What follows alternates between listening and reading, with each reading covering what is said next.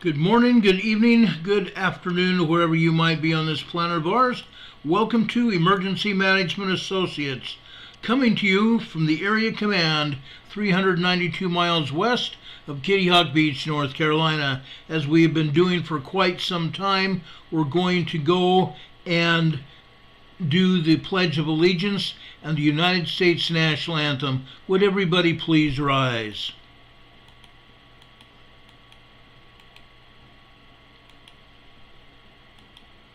I pledge allegiance to the flag of the United States of America and to the republic for which it stands, one nation, under God, indivisible, with liberty and justice for all.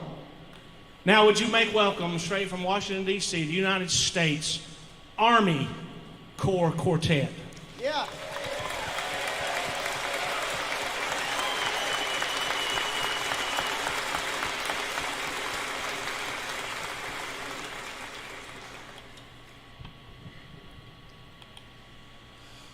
Oh, say, can you see by the dawn's early light what so proudly we hailed at the twilight's last gleaming, whose broad stripes and bright stars through the perilous fight o'er the ramparts we watched were so gallantly streaming,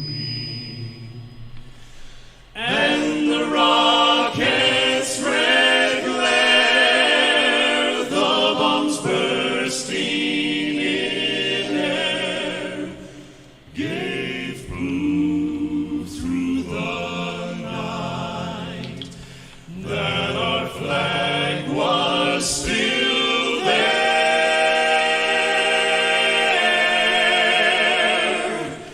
Oh, say does that star-spangled banner yet wave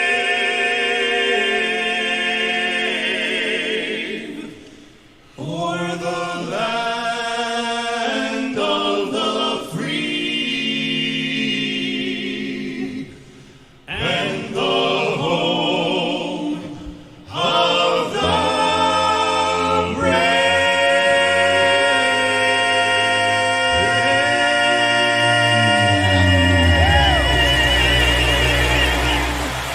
Oh, yeah! Come on, folks, let them know it. Let them know it. Let them know it, folks. This is the core of our country.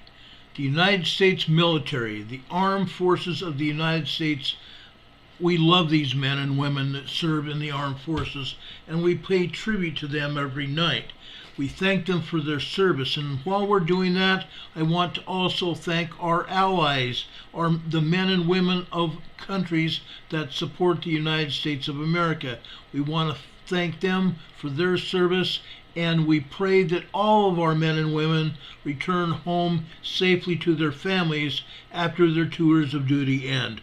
God bless you all, and thank you for your service. Folks, we appreciate each and every one of you that have joined us here today. There has been some confusion on the internet on how to get through to our channel. I've had to post the exact channel listing on several occasions already today, and I'm sorry for that. I don't know what the internet is doing except blocking what's going on with us. I just tried to put the channel up on my other computer monitor so I can monitor this program tonight, and I had some trouble then. It said the channel does not exist. I'm going, oh really? And so I tried another direct link, and all of a sudden it came up. So folks, yes, the internet is something else tonight, and I'm sorry if you're having problems. We appreciate each and every one of you here. I'm coming on late tonight. I had some mess ups with my medication that I'm taking, and as a result, my body's rebelling. And so I haven't been able to get over here on time tonight, and I apologize for that. But folks, we have a lot to talk about even with that. And one of the most important things tonight, and this has to do with the people of the world. I'm going to talk about two different things tonight that are happening literally all over the world. This one here is happening over in Vanuatu. If you remember, we have Samoa, we have Tonga, we have Fiji, we have the Solomon Islands, we have Vanuatu. Vanuatu, the Solomon Island area, is going to get inundated with a cyclone, a hurricane. Down in the southern hemisphere, they call them cyclones. In the northern hemisphere, they call them hurricanes. And this cyclone is going to be a doozy. Okay? I believe it's probably going to be a Cat 3 cyclone. I might be mistaken, but I believe this is going to be a Cat 3 cyclone. Those people down there need to literally button up their overcoats, button up their homes, their apartments, wherever they are, and be ready for this hurricane. It's not going to be pleasant. People will be devastated by this hurricane if you're not prepared. Folks, this is supposed to be hitting tomorrow. The outer bands of the hurricane that you see there, the outer bands may already be hitting the islands there in the South Pacific. Be careful, take care of yourselves, and make sure you're prepared, and make sure all of your loved ones are prepared as well. We thank you for all that you do for us down in the South Pacific. We have a lot of friends down there in the islands of the South Pacific, and we love them very much. Also, something else that's happened. Okay? Over in Tempe, Greece. This just happened this afternoon over in Greece. Tempe, Greece. There's been a train collision. 2 trains collided head on. Head on. It's not pleasant, guys. It's not pleasant. Okay? Look at this. Okay? Rescue crews are on the scene as we speak. Okay? This is not good at all. Okay? The train crash near Tempe, Greece has killed at least 10 people and injured 60 others. This comes from 9 News Australia. Authorities in northern Greece are saying that they are helping dozens of passengers that are injured in the train collision and the fiery derailment early Wednesday morning. The collision between a freight train and an oncoming passenger train occurred near Tempe, some 380 kilometers north of Athens, and it resulted in the derailment of several train cars. At least 3 of the derailed train cars caught fire. Vehicles from the fire and ambulance services were sent to the scene from several nearby towns to help transport injured passengers and free others from the trapped wreckage. Government officials said the Army had been contacted to assist in the rescue, and that 2 additional hospitals in the nearby city of Larissa had been placed on emergency duty. Local media has reported at least 10 people dead so far. That is the latest that we have coming out of Greece tonight. We pray for those people that have been affected by this train collision. A freight train colliding with a passenger train, and the numbers probably will skyrocket as this happened during the nighttime, early morning hours of Wednesday today. Actually, it will be tomorrow, our time here in the United States. This is so sad. Okay, we've seen this happen in the United States before. No matter where it happens, it's a sad state of affairs. I've seen plane collisions. I've seen train collisions. I've worked train versus cars, and I've worked car versus car. I've even done big ship collisions. I've worked them as an investigator, trying to find out what made these vehicles crash. That was my job. I was an expert. Okay? But it's never pleasant. I want you to know that it never has been pleasant. Okay. Besides that, over in Florida, we had another train collision. Okay? Again, nothing is pleasant about this. Nothing at all is pleasant about this. This happened near Bradenton, Florida, near Sarasota, Florida. A total of 7 train cars derailed. It was a freight train. A total of 7 cars derailed Tuesday morning in the Bradenton area, with 2 of them carrying propane fuel. Southern Manatee Fire Rescue Chief Robert Bounds explained that it happened at 11:20 a.m. in the area of 301 Boulevard East and 16th Street East. 6 of the cars, including one of the propane tankers, reportedly jumped off the tracks and fell over on their side. The 7th car in question, the 2nd propane tanker, jumped the tracks as well but did not tip over. The rest of the train was hauling sheetrock. According to the fire chief, the propane tanker was on its side and was full of around 30,000 gallons of propane. Chief Bounds stressed, no one was hurt in the derailment and there are no known leaks. It will take time to get the crews to siphon the propane cars to clean up the scene. Right now we're kind of just in a wait and see mode. Wait and see mode. Folks, we can pray that this propane tanker, and I'm going to show you a picture of it right now.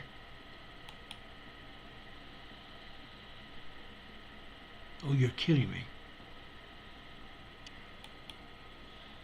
Hold the phone. I thought I had it here with me. Let me pull it up. This is live television, guys. You can't get any better than this. This is live television.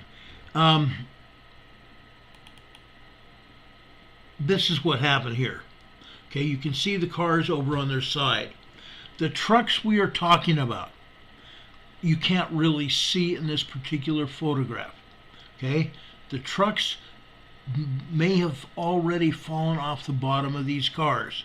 I don't see the trucks. The trucks are what the rail wheels are attached to.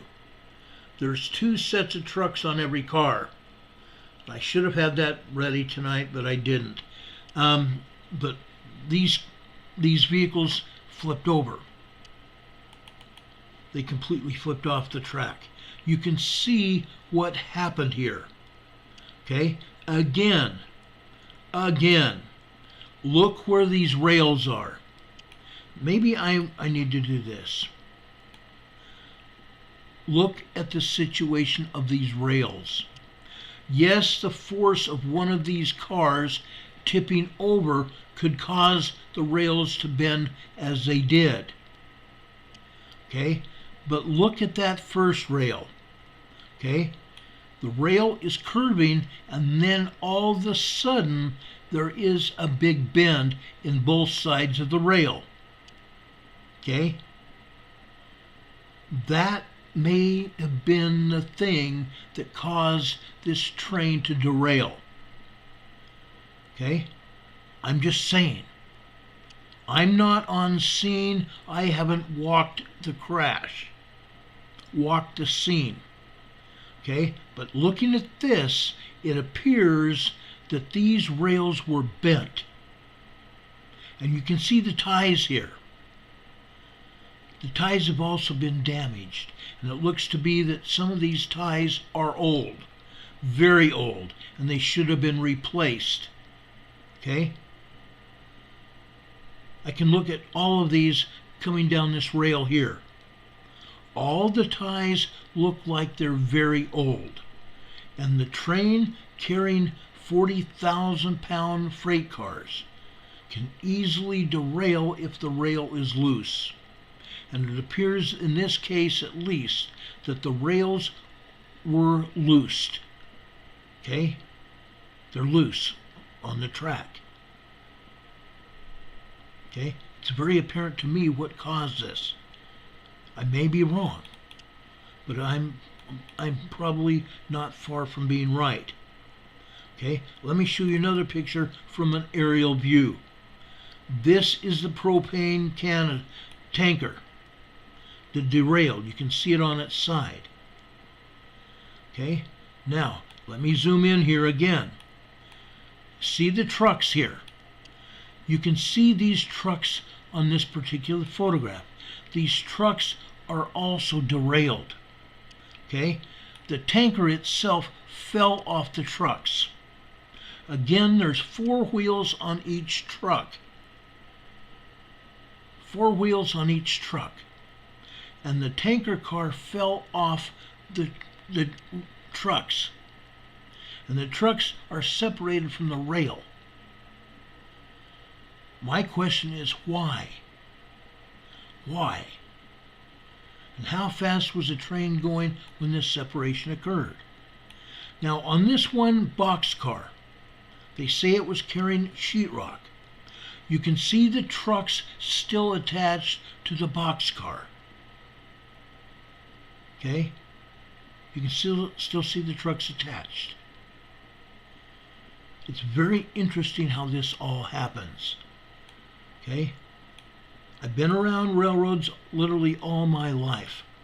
My grandfather used to work for Union Pacific up in Idaho, where I was born. So I've been around the railroads literally all my life. No, my grandfather was not alive when I was born. But I've been around the railroads where he worked in Pocatello, Idaho. In the time that I was in Salt Lake City, I was around the railroads. I loved the railroads. I investigated the railroads in Salt Lake City. When I was in San Diego, I worked around the railroads. The railroads ran through my patrol areas. And I walked some of the tracks picking up mementos of things that I knew about. I one time found a railroad spike. You remember those railroad spikes? They're about 9 inches long and about that big around.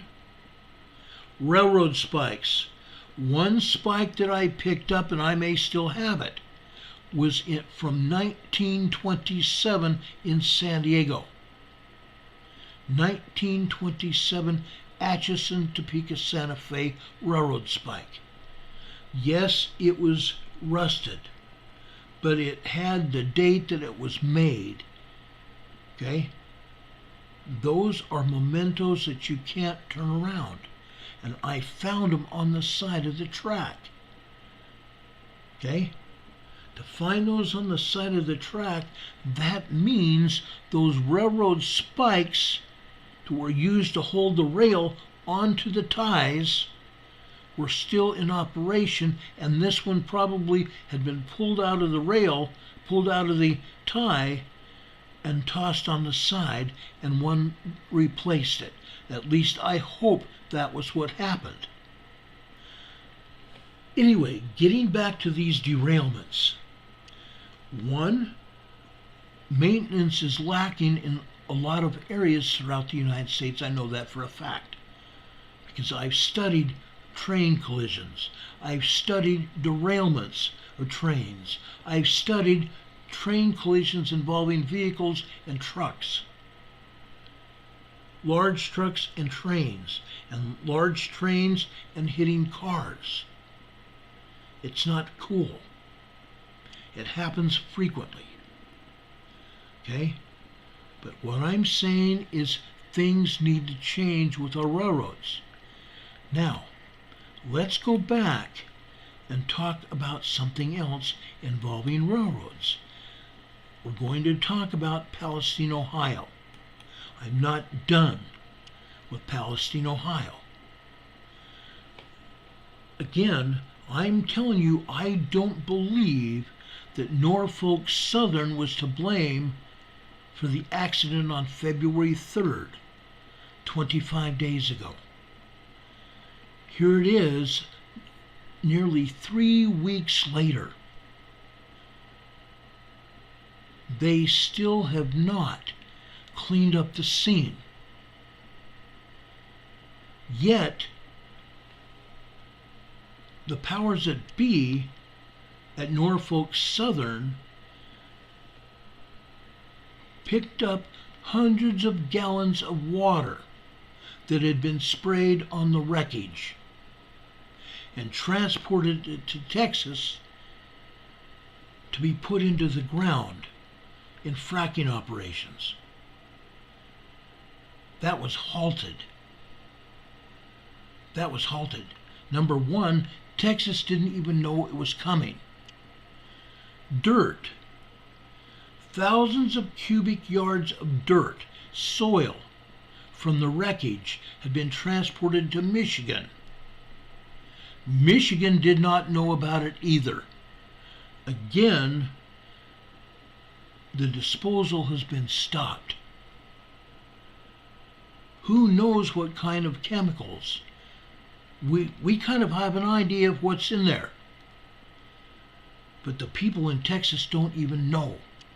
Neither do the politicians, neither do the oil and gas crews that would put that into the ground, which would put that chemical contaminated water into our ground system, into the soils and into the water table. Wonderful thing these people are, trying to poison us. Okay? But the train collision has still not been cleaned up and sorted out. It's been over 3 weeks. 3 weeks later, and still there's no definitive answers about what caused the accident in Palestine, Ohio. And if the area is even safe. I'm saying it's not. I've seen too many of these events happen. Too many of these incidents happen. I do not believe it is safe. Richard Smith says he has a very old railroad tool. He says, I call it the devil's claw because it looks like a hoof. Oh yeah, I know what you're talking about. Hurricane Heather says, thank you to Aaron Brockovich. I agree. What an amazing lady she is. And she's all over this. And yes, she is going to hold the people responsible who did this. Now, a week ago on my other channel, I gave all of you a list. I showed you a list of all the companies that support Norfolk Southern Railroad. All the companies that have invested in Norfolk Southern Railroad. 2 companies stand out, didn't they? One was Vanguard. It was at the top of the list. The other is BlackRock. BlackRock. Both affiliated with the U.S. government. Okay? And I and many other people believe that these companies may have had a hand in the dealings of that accident. And they may have had a hand also in the cleanup of this whole situation.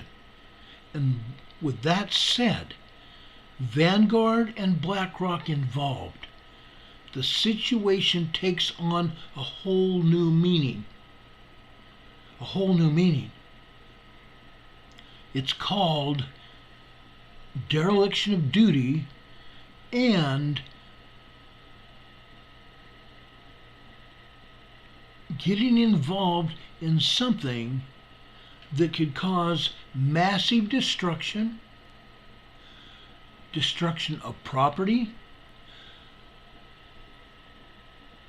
possibly major bodily injury to persons, possibly hundreds of thousands of people in a 3 or 4 state area, and possibly even 10 or 15 states. because all that air that blew through and continues to blow through Palestine, Ohio today, in terms of wind, rain, and even snow. What does that do? All that weather flies east and north, which means all that soil, all of that water is contaminated that goes east and north into those other states. A lot of people are going to get sick, and doctors are not going to completely understand why. But there's those of us that have investigated train accidents in the past. There are those of us that have been studying these derailments that have happened in the past. And we all know what happens. Okay? We talked about the Missouri plot of ground that the United States government evacuated the people out of there because they had gotten ill from soil and water contamination in that town. They hauled off millions of pounds of soil and water from that place in Missouri that we talked about. It was evacuated for years. It was a toxic cleanup. Then the powers that be made it a park and opened it up for people again.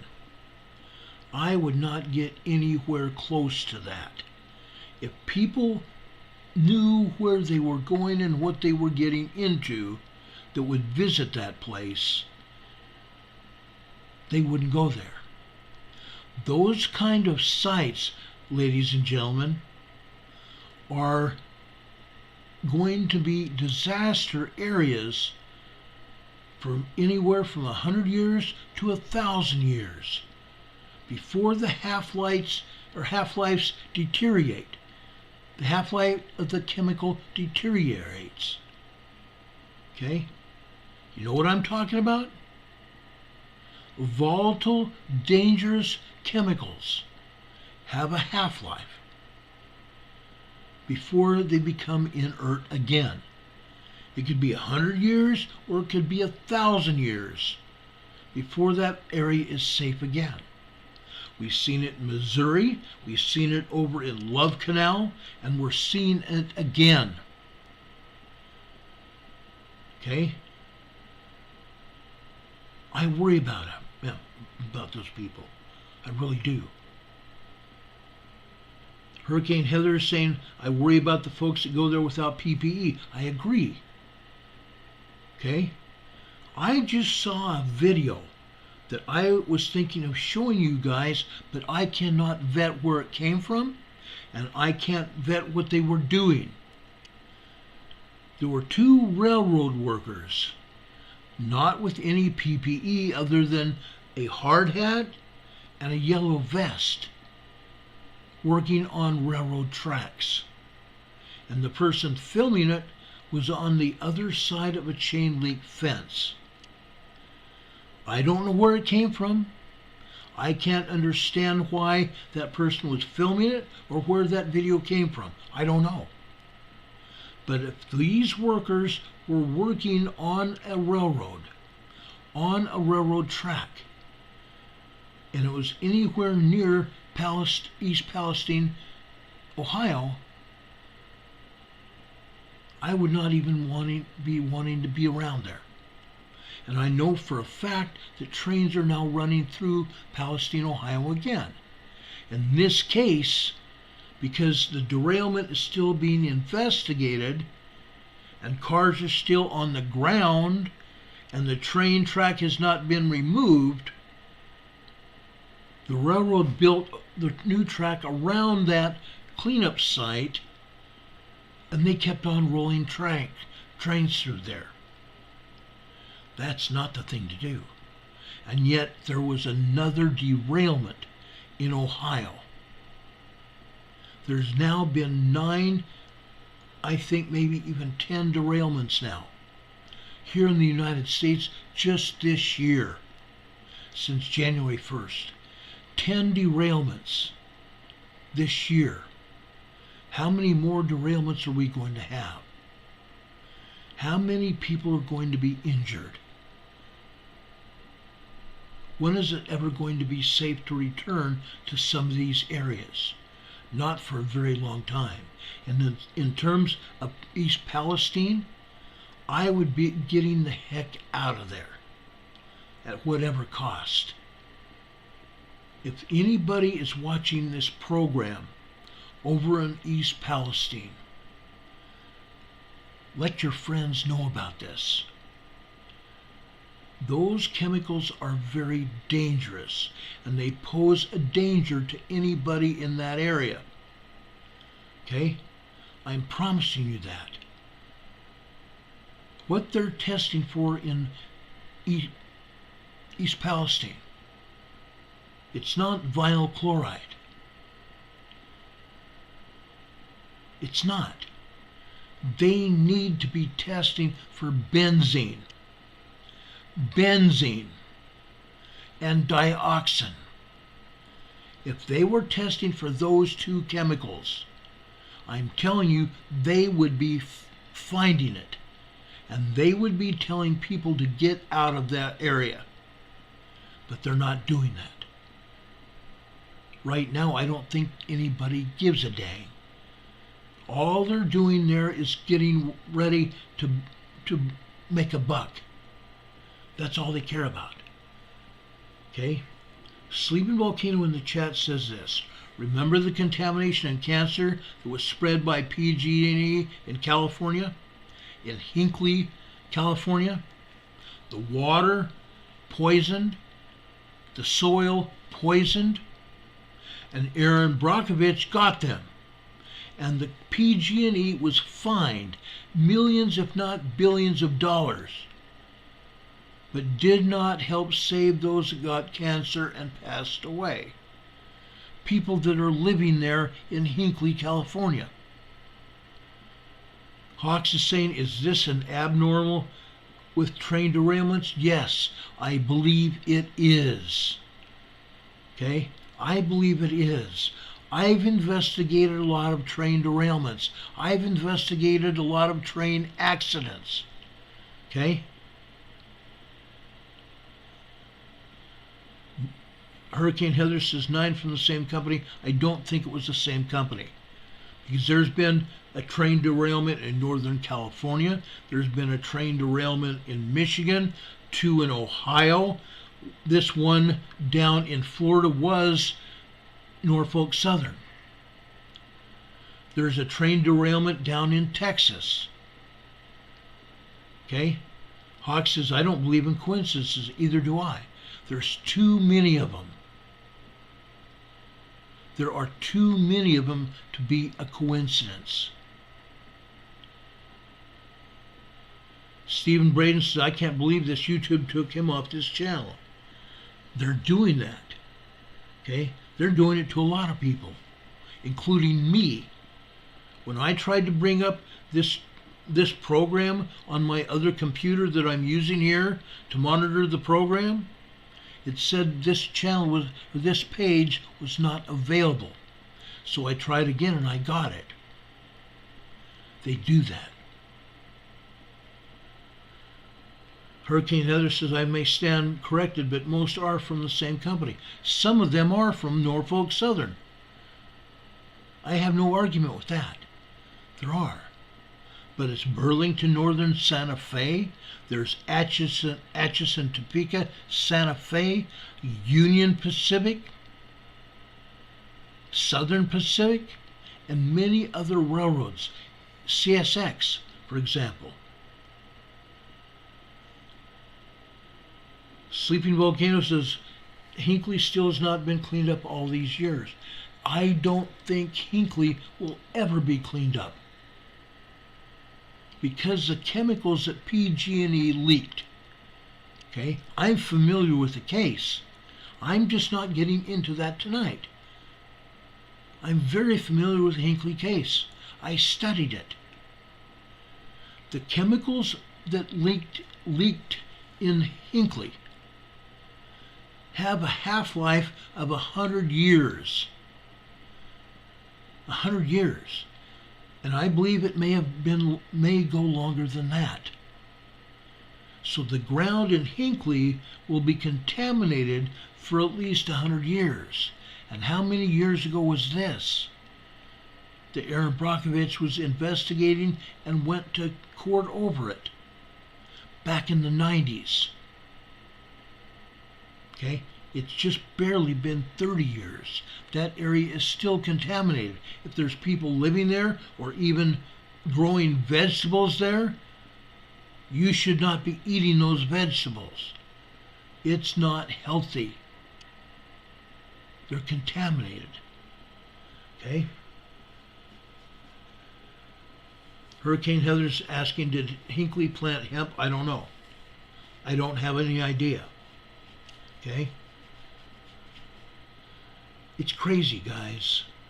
It's all crazy. Hawk says that's where his brain goes red state, blue state. That could possibly be. But it doesn't matter whether it's red or blue. I believe a lot of these politicians are in the same cahoots as others. They're in it up to their ears. Okay? They're in it up to their ears. Okay? I truly believe that. I don't believe that these people are innocent of anything. They're in it up to their ears. Knowing what I know about East Palestine and Norfolk Southern and BlackRock and Vanguard, the government is involved. Okay? This whole event in East Palestine takes on a completely different meaning.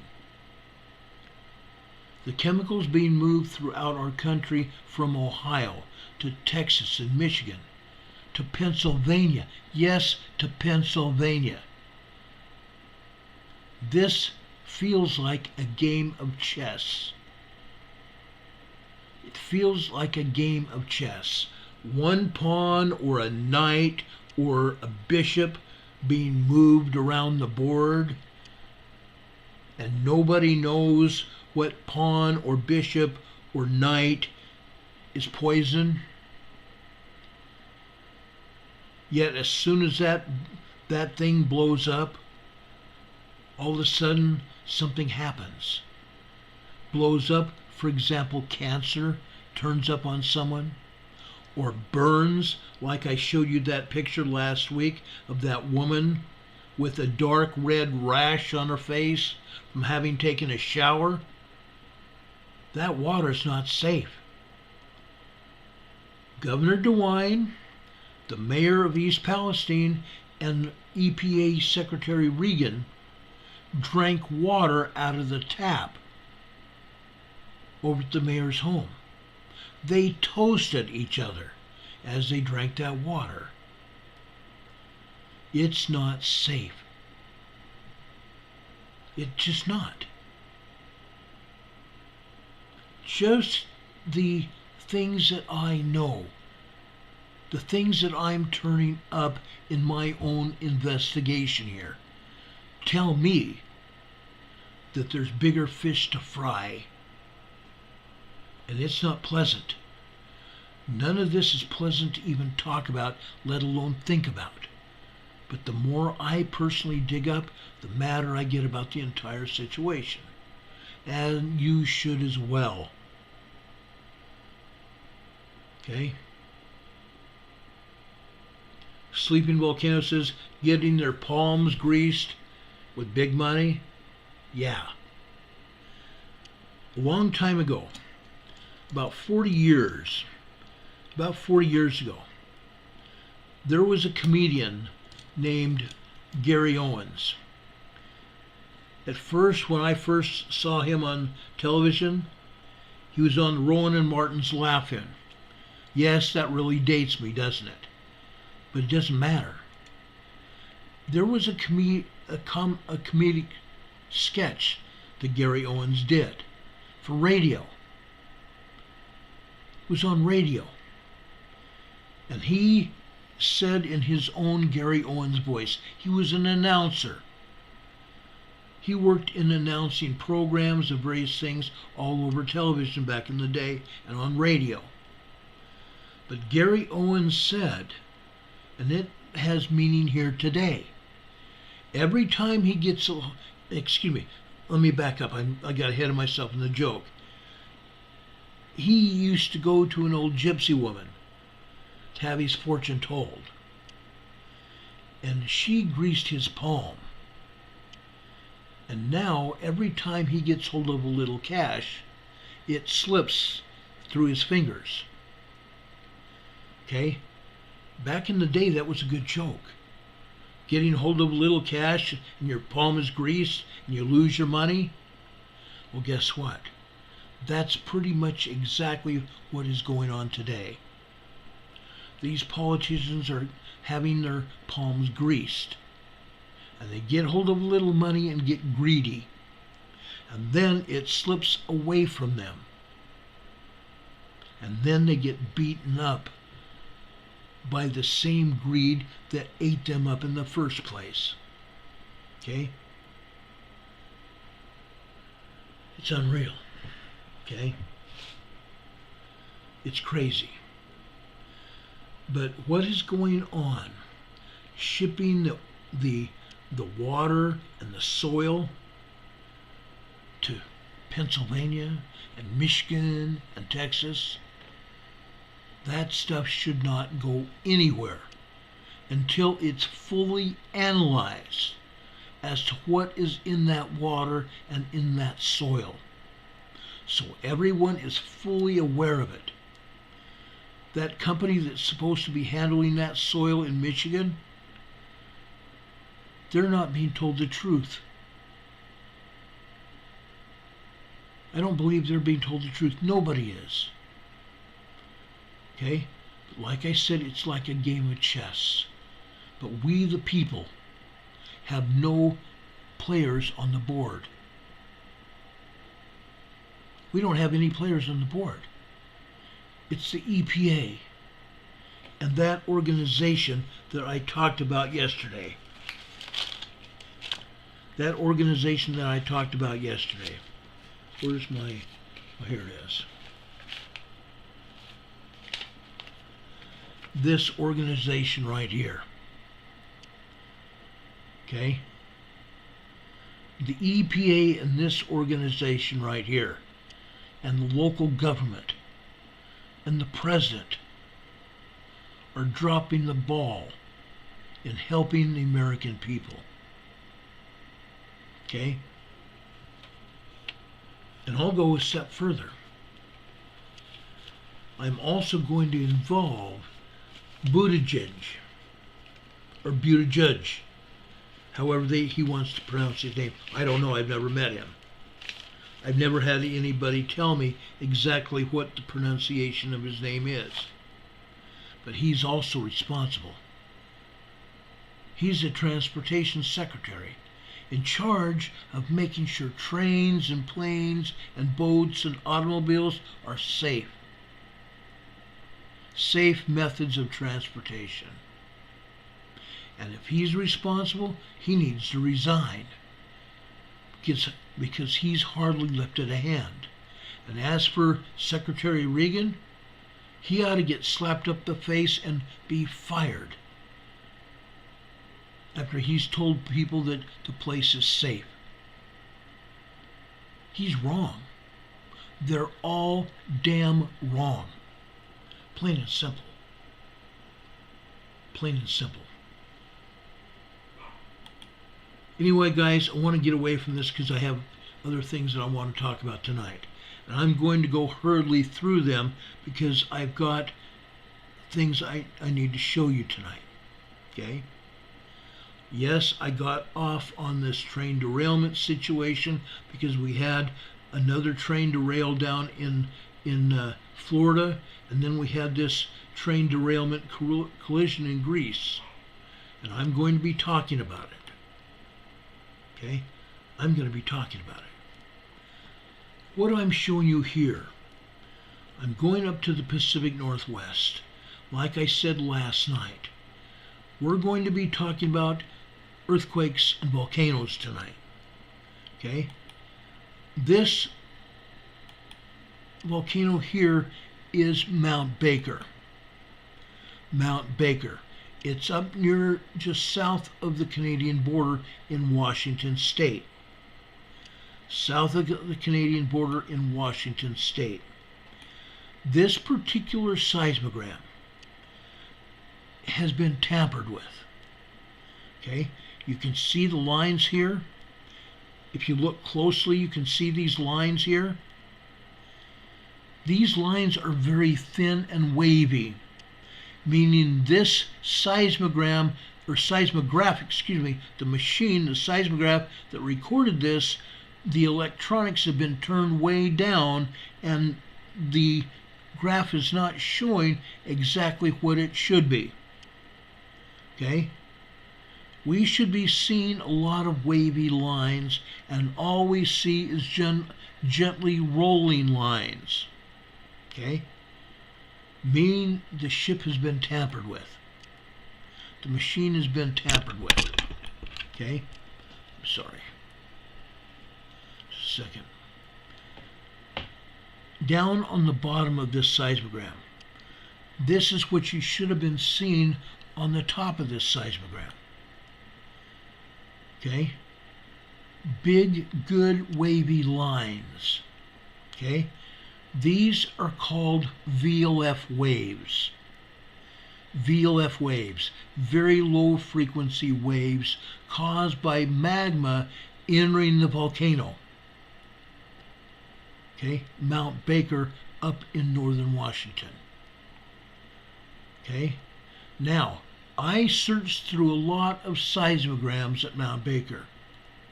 I went all over the volcano trying to pull a seismogram that everybody could see that would make it worth it. But every seismogram has been tampered with. Every last one of them. This is really the only one that shows any kind of truth on it. That's why I'm showing it to you. Okay? It shows those VLF waves here. Magma entering the volcano. We know this is happening. But on the other seismograms, it doesn't show it, because the seismographs has been tampered with, turned way down, or even off. What this is showing you here, vertical lines here. Okay? One tiny vertical line to the right of that long vertical line. That first tiny line here has a dot in it, right in the middle of it. That is a tremor, if we can believe this seismogram. If it's been turned down, that might even be a minor earthquake. Okay? And there's a couple other tiny vertical lines here as well. Those are tremors hitting this volcano, caused by magma coming into the volcano. This larger vertical line appears to be caused by steam. It appears to be a steam signature. Okay? But it's hard to see. This other vertical line to the left, that appears to be an earthquake. And if it indeed is an earthquake, this is probably a 3.5 magnitude earthquake. And if the seismograph, like I believe it is, turned down, this may even be a larger earthquake than a 3.5 over at Mount Baker. We know darn well that Mount Baker 1 is a volcano. Number 2, we know that that volcano is active, and it's steaming like a son of a gun. It's been steaming for a good long time. It was steaming when we first were showing seismograms of this volcano when we first came on the air 4 years ago. We were showing it then. But now it's even more detrimental. 4 years later, it's still steaming. It's still active. And because they have turned off the seismograph in a lot of different cases here. I didn't count the number of seismographs that they have over at Mount Baker, but it's probably at least a half dozen of them. And you can only find this that shows some kind of accuracy, not a lot, but some. Okay? Again, it's the government. That's what I can say. It's the government. We can blame the government for a lot of things. Okay? Anyway, that's what's going on here. Then I went southwest to find another seismogram similar to this. Okay? This is Mount Constitution. Mount Constitution. Mount Constitution has one seismograph and one only. It's a single channel seismograph, so we only have one seismogram to show you. There are no others, only one. Let me enlarge this so you can see it better. Okay? See these vertical lines here? Literally all over this seismogram. A lot of these vertical lines are steam. They're steam signals caused by magma coming into the magma chamber, and like we've told you before, 6 to 7% of magma is water. And as that magma is hot, heated up, and it approaches an area where the magma can steam off the water and get the water out of the volcano in the form of steam, then we're going to see steam coming from the volcano. And that's what is going on at Mount Baker. It's going on at all the volcanoes. But it's going on here at Mount Baker too. I showed you Mount Baker and I showed you Mount Constitution some 3 or 4 years ago. Both seismograms back then were showing a ton of steam coming from the volcanoes. 3 or 4 years ago. Now, all we can show you is this, because they've doctored the seismograms to only show what they want us to see. Back then, back in the day then, 3 or 4 years ago, side to side, top to bottom of these seismograms were covered in color from steam and earthquakes and tremors hitting the volcanoes caused by magma infill coming into the volcano, coming into the magma chamber of the volcano. Okay, a lot of these are steam signals, not all of them. If you see a vertical line here, an up and down line here that has a dot in the middle of it, those are earthquakes. Those are earthquakes. A lot of these are steam. A lot of these are steam. But look up here, okay? This seismogram was started last night, okay, by the Pacific Northwest Seismic Network. They started at 4 p.m. yesterday evening, okay? On this blue line here, over on the left-hand side. This blue line is 8:45. 8:45 p.m. on this left-hand side. Over on the right side here, you see what we call a steam churn or not steam. I'm sorry, a magma churn signal. A magma churn signal. Okay, caused by superheated magma inside that volcanic chamber. Now let's look at it. In this particular case, this is not a true magma churn signal either. Okay? We normally see a magma churn signal that looks like a sideways rectangle. Not this time. This time you see steam signals. When we think of magma churn signals, it looks like a solid colored line, a solid colored rectangular box. In this case, we don't see that box here. But off to the right side of these boxes, these magma churn signals, we see vertical lines going out to the right. Those vertical lines are steam coming from the magma. In this case, all we see here are vertical lines here. That's all we're seeing here. Okay? That is telling me that this seismogram is not right.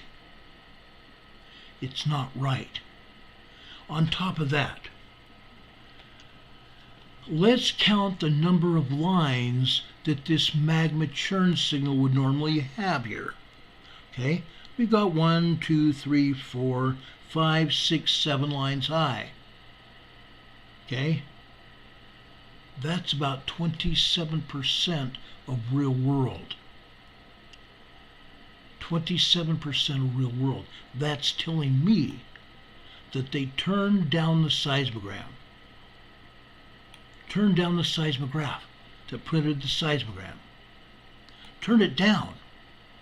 So we're not correctly seeing the information here.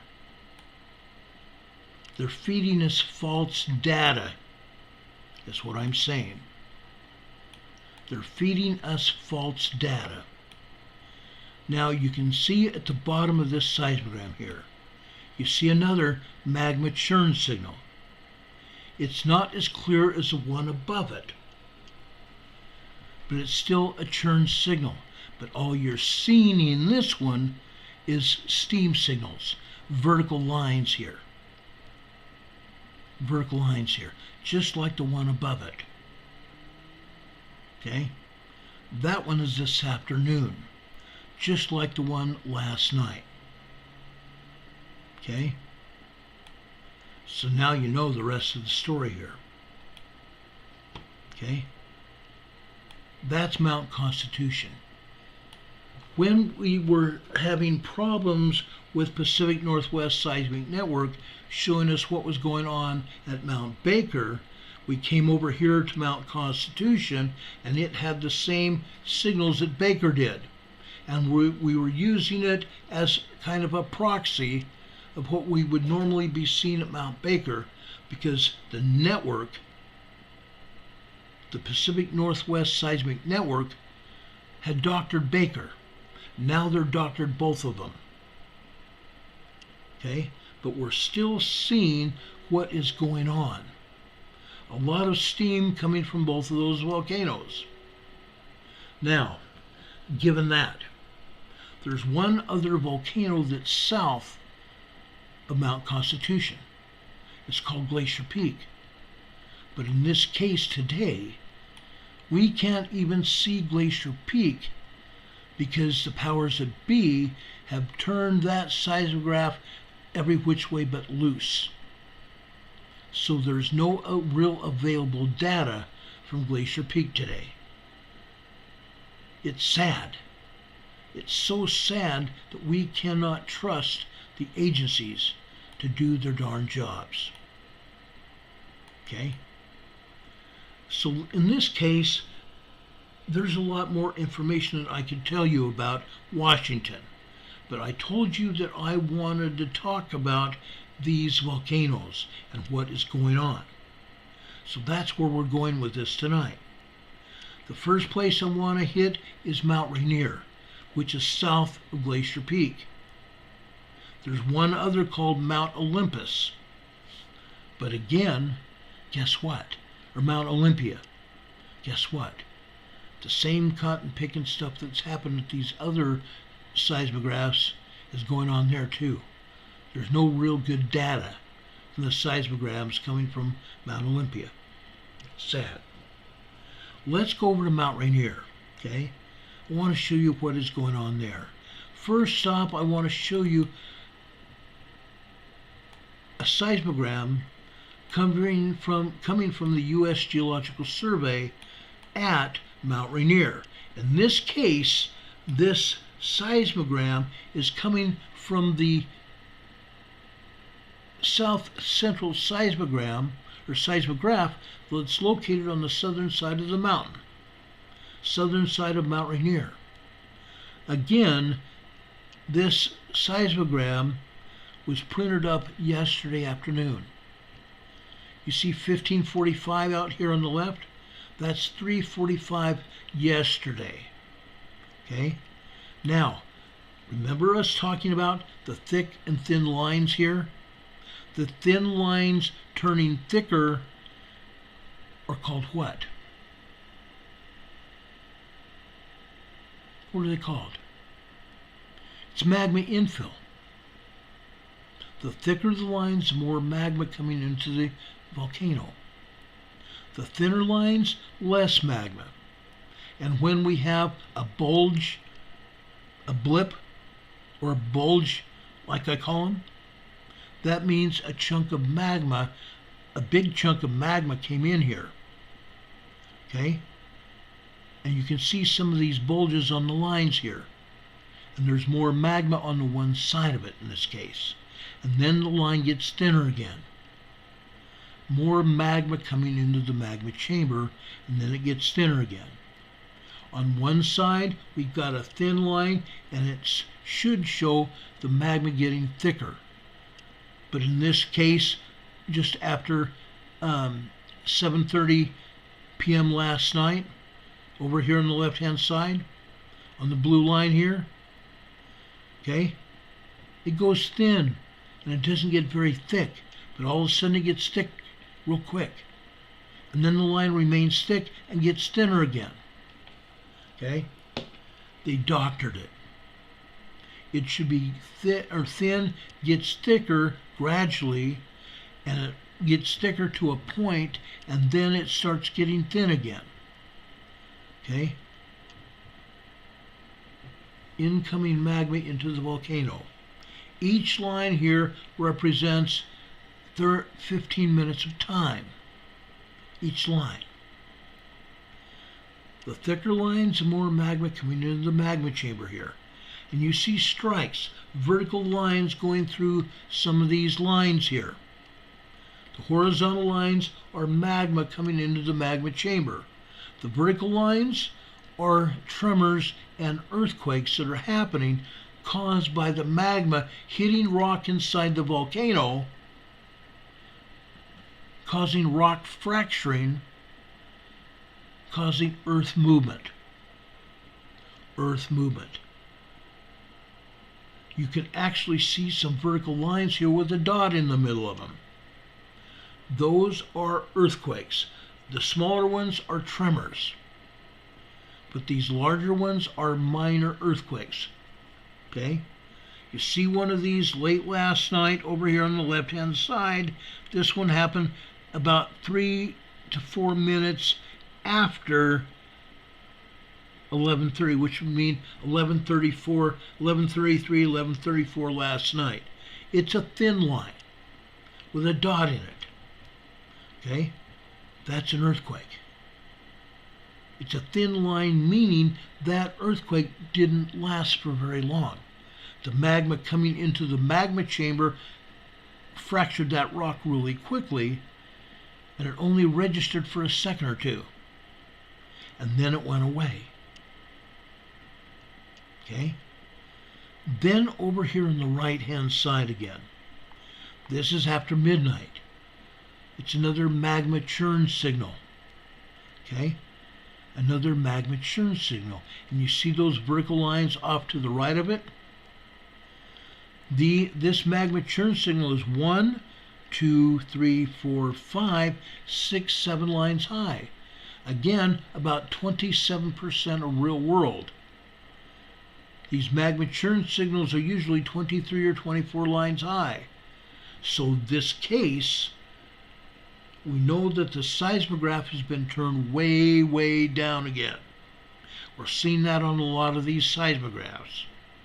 Very rarely, with few occasions to the contrary. Most of these seismographs have been turned way down, so the readings on these seismogram pictures are not accurate.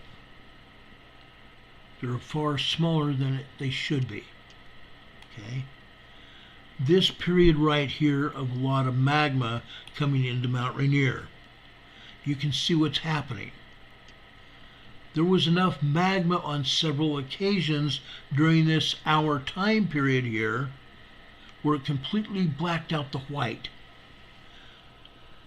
Completely blacked out the white. That's a lot of magma coming into the magma chamber, folks. Mount Rainier is very active. A lot of magma going into this volcano.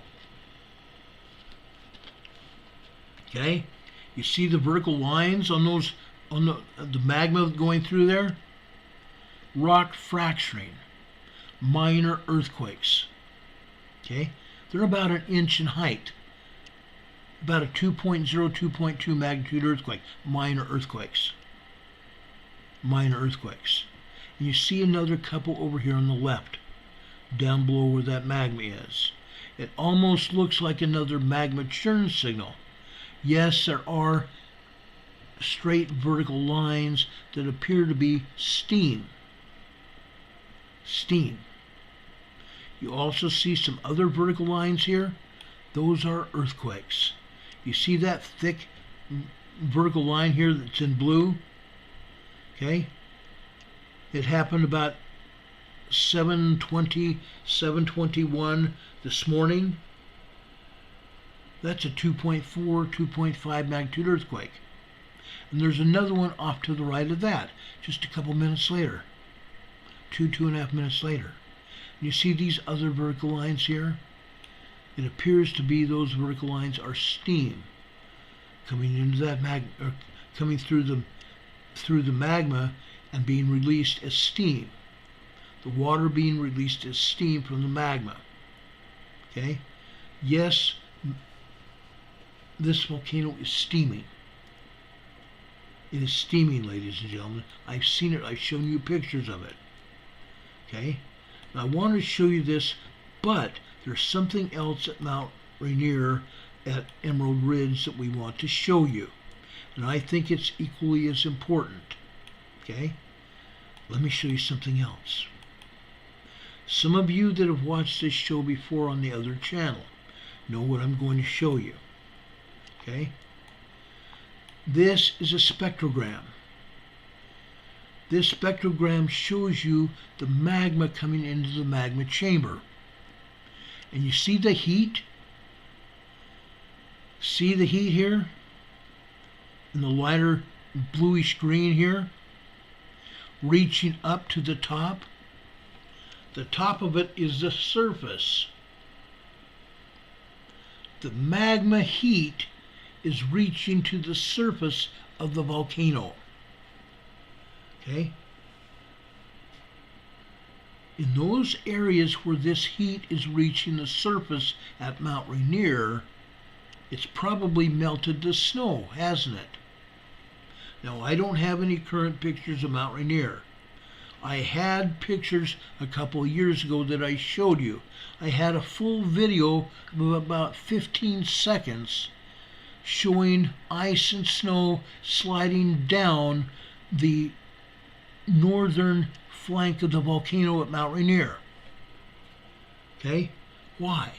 What happened?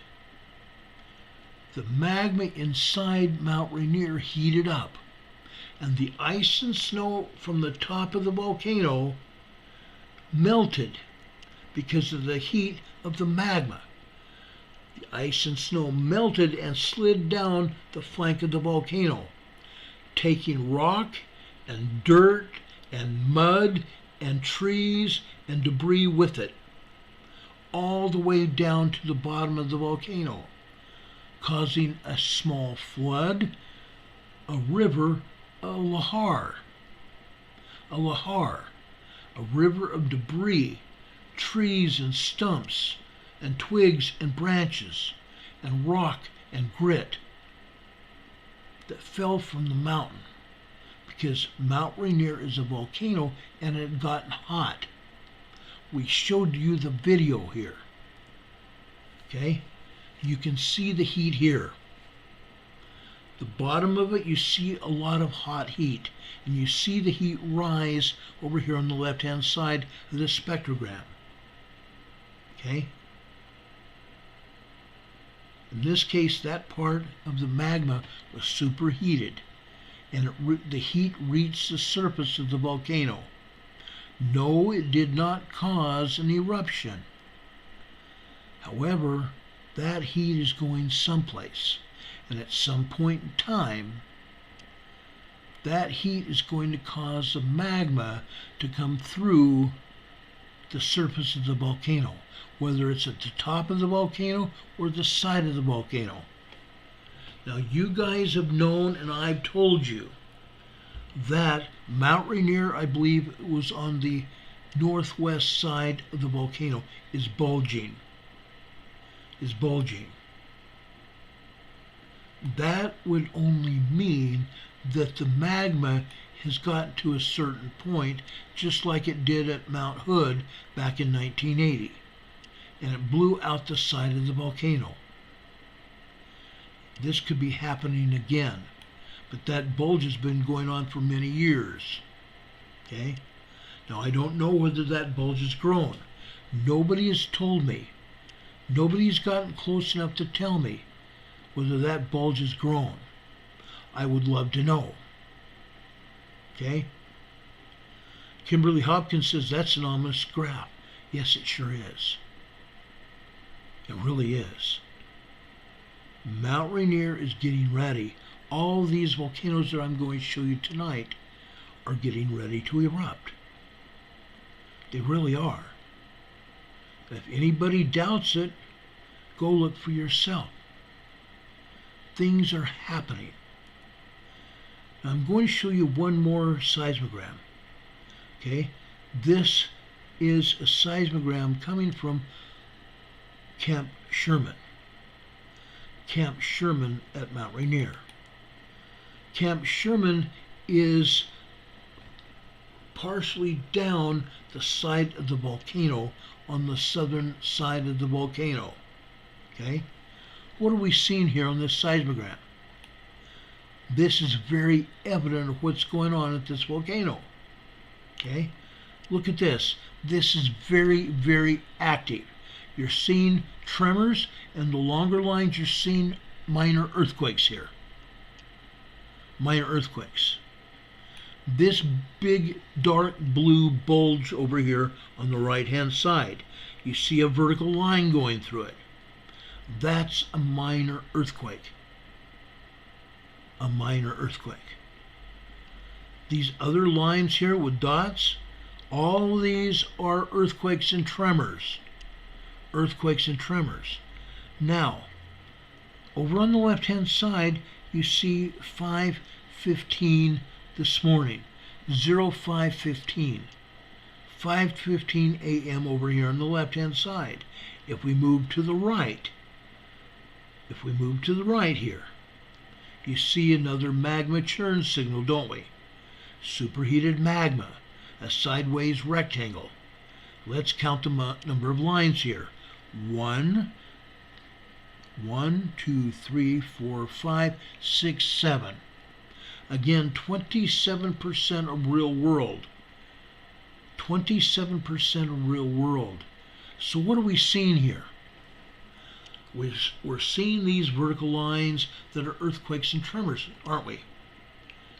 These tremors may actually be full-blown small 3.0, 3.5, maybe some of these larger ones, these longer earthquake signals, they may even be as much as a 4.0.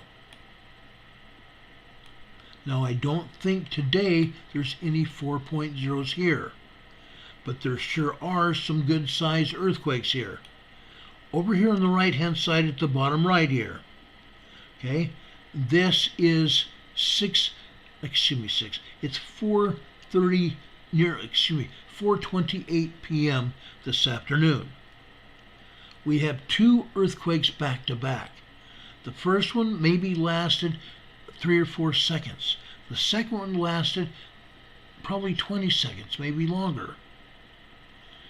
Here on this seismogram, this would show it to be a 2.2 magnitude earthquake. But since we saw that magma churn signal, and we know that this seismograph has been turned way down, we can just do it by the numbers. We can do simple multiplication, simple addition. All of a sudden, this 2.2, 2.3 magnitude earthquake, it could be 3.0. 3.0 magnitude earthquake. Did this minor earthquake show up on the USGS map at Mount Rainier? No, it did not. Absolutely did not. USGS is not reporting these quakes or the tremors. Rarely. When they report tremors, it's only a 0.2, 0.3 microquake. They're not being honest with any of us. Not at all. Okay? They're just not. There's another magma churn signal here at the bottom of this. Again, it's no more than 6 or 7 lines high. And it's near the bottom, so we can't see the very bottom of it. We can count from the top, 1, 2, 3, 4, 5, 6 here. It might be 7 lines here, which would be the same thing that we saw earlier on the one above it. Okay? The scientists have not turned this seismograph back up. The same thing is here. We still see a lot of magma coming into the volcano here. All that magma coming into the volcano, we're still seeing earthquakes and tremors here. So we know darn well that at Mount Rainier is very active. Now from here on down through the rest of these seismograms, I'm going to show you maybe one seismogram apiece for these mountains. Let's jump down to Mount St. Helens. Good old Mount St. Helens, okay? In this case, I'm going to show you 2 here at Mount St. Helens, because one of them just happens to show a lot of magma coming into the magma chamber, okay? This one here shows magma, but not as much as the other one is going to show you. This is Sugar Bowl. This is a seismograph at Sugar Bowl on Mount St. Helens. In this case, okay, again, this seismogram started yesterday afternoon. Actually, no, it didn't. It started early this morning at midnight in this case. Midnight in this case. Most of the morning this morning, it was fairly quiet. Yes, there was magma coming into the magma chamber. We see thicker lines turning into thinner lines here. Okay? So we know darn well that the magma is coming into the volcano. Now this one has also been turned down, so the thicker lines are not really showing up unless we look real closely. Okay? Then, just after 7 a.m. this morning, all of a sudden, we see a lot more magma coming into the magma chamber.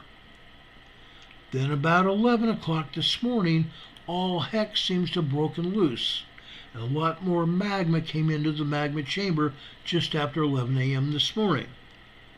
Okay? Almost completely blacking out the lines. That's a lot of magma coming into the magma chamber here at Mount St. Helens. Okay? And the vertical lines here are tiny. These are tremors hitting Mount Rainier here.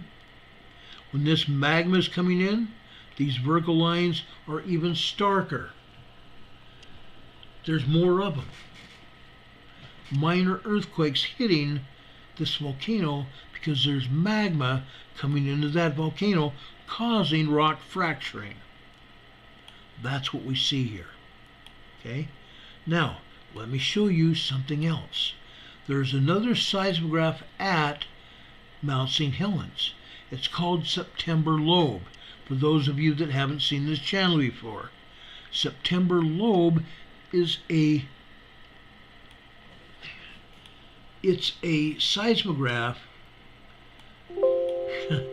It's a seismograph that's sitting at the top of Mount St. Helens, sitting right at the summit of Mount St. Helens, and it's a spider. The seismograph is sitting on legs on top of the summit of Mount St. Helens. Okay, sometimes the seismograph is tipped over because there's such shaking going on at Mount St. Helens. Yes, shaking. Tremors and earthquakes hitting this volcano every day.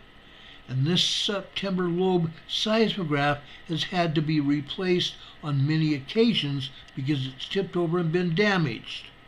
There's another seismograph called East Dome. It's also at the summit, and it's also had to be replaced. But the one I'm going to show you next at September Lobe is really going to shake your belief in what's going on. Okay, I want to show you. This is going to be very interesting for you. Okay. This one comes from the Pacific Northwest Seismic Network again. Okay. USGS doesn't have a seismogram from Mount St. Helens at September Lobe. Okay. But this one is supplied by the Pacific Northwest Seismic Network. Let me show you. Again, we talked about this over at Mount Baker. Okay? Mount Baker. These horizontal lines here are wavy, aren't they? This is caused by the magma coming into the volcano. These wavy lines are called VLF, very low frequency waves, caused by magma coming through the magma chamber. Okay, look at these wavy lines here. Unlike Mount Baker at Shuxon, we don't see those lines being very dark. Sometimes they are. Most of the time they are. But again, whoever was manning the seismograph at Mount Baker was not doing a very good job because they turned down the seismograph, so it's not giving the information out. Okay? In this case at Mount St. Helens, it is. You can see all the magma coming into the magma chamber. Now they got the other seismographs turned down where it's not giving accurate data. Because if this magma was coming in with such force that we see here on September Lobe, we would see more earthquakes.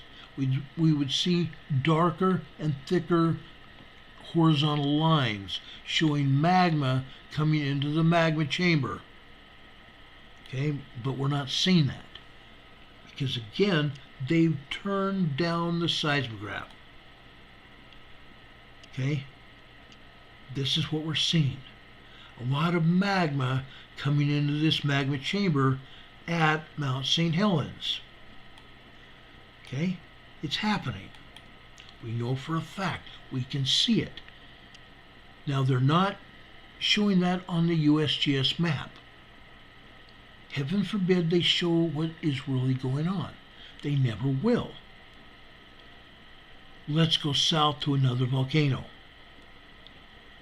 Okay? I could have showed you also Trade Dollar Lake, which is north of Mount St. Helens. There's a lot of activity over there. A lot of activity at Trade Dollar Lake seismograph. Okay? Thick lines for over an hour. Well, let me show you it just for kicks and giggles. Look at this. This is Trade Dollar Lake. Look at all that activity this afternoon. And it happened yesterday afternoon as well. Look at that. Actually, that's not even yesterday afternoon again. That's this morning. That's after 1 a.m. this morning. That's a lot of activity here. And look at that magma churn signal, ladies and gentlemen, over here on the right-hand side. Okay? That is after 10 a.m. So this is probably 10:13 a.m. this morning. Look at this magma churn signal. Okay? The tiny rectangle there. 1, 2, 3 lines high. Maybe 10% of real world. Maybe 10% of real world. So we're not seeing what is actually going on here, are we? Not at all. This is Trade Dollar Lake here at the bottom of this seismogram here. This is this evening. This is this evening. Look at all this magma. It completely blocks out the white of the paper. That's a lot of magma coming into Mount St. Helens. Okay? That's a lot of magma. And yet, what did we see at September Lobe? We didn't see that, did we? Because they turned down the seismogram. They turned down the seismograph. So the seismogram doesn't show that, do they? Okay? It's quite unfortunate that these people still have jobs, because they're actually not telling us the truth. They're lying about the information. Let's go over to Mount Hood, south, and this is up in North Oregon. South of Mount St. Helens. Mount St. Helens is in Washington. We go south there into Mount Hood in Oregon, northern Oregon. Let me show you what's going on there. Okay? This is Palmer Lift. This is the USGS seismogram showing Palmer Lift here. Okay? In this case, this seismogram is showing the activity since midnight last night. Up here on the left-hand side, it says midnight. Okay, 000 hours, 12 midnight last night. We have some magma that happened after 2:15 this morning. 2:15 this morning, and right before that, over on the right-hand side, you see the thin line turning into thicker line, and that continued at 2:15, and it continued for about 10 minutes. These lines showing thicker magma meant more magma came into that volcano this morning at Mount Hood. Then, after 4 a.m., prior to 2 a.m., we had a little bit of magma. At 2 a.m. this morning, a lot of magma came in. But a lot more started coming in after 4 a.m. Look at this. That's a lot of magma, guys. This is Mount Hood. And then look at the earthquake on the right-hand side here. Okay? This is about 1:28 p.m. this afternoon. This seismogram is not being true to form. It's not showing us real world. If we just looked at this seismogram, we would believe that this earthquake here that we're seeing here on the right-hand side here might be a 2.3, 2.4 earthquake. But it's probably really a 3.0. And you can see that these lines are thinner here. Why are they thinner? Because, folks, the seismologists turned down the device. They turned down the device here. We have a good-sized earthquake there. Good-sized earthquakes are caused by magma here at these volcanoes. So that earthquake seen here should be larger, and these lines thicker here. Okay? Then it was turned way down again. These lines here after 230 are very thin here. It's just barely showing any kind of activity because the machine was turned way down again. After 430, 1630 over here on the left-hand side, we go to the right, and the magma that was coming into the magma chamber made a larger appearance here. Even though the seismograph had been turned way down, the amount of magma still registered on the seismogram here. That's another proof that these seismologists have turned this thing down. Thin at the top of it and thin on the bottom of this line here. The seismologists didn't increase the device. They kept it the same, but the amount of magma increased to show up on this turned down seismograph. Okay? That's what we're really seeing here at Mount Hood. And there were a couple other seismograms I was going to show you, but we got to get through here. Got to tell you the whole story here before we sign out here. It's already getting late. It's 9:30 here, 9:35 Eastern Time here. Let's continue here. We have 47 thumbs up and 161 subscribers here. 161 subscribers, guys. That's wonderful. That's wonderful. Being we started out here 4 days ago.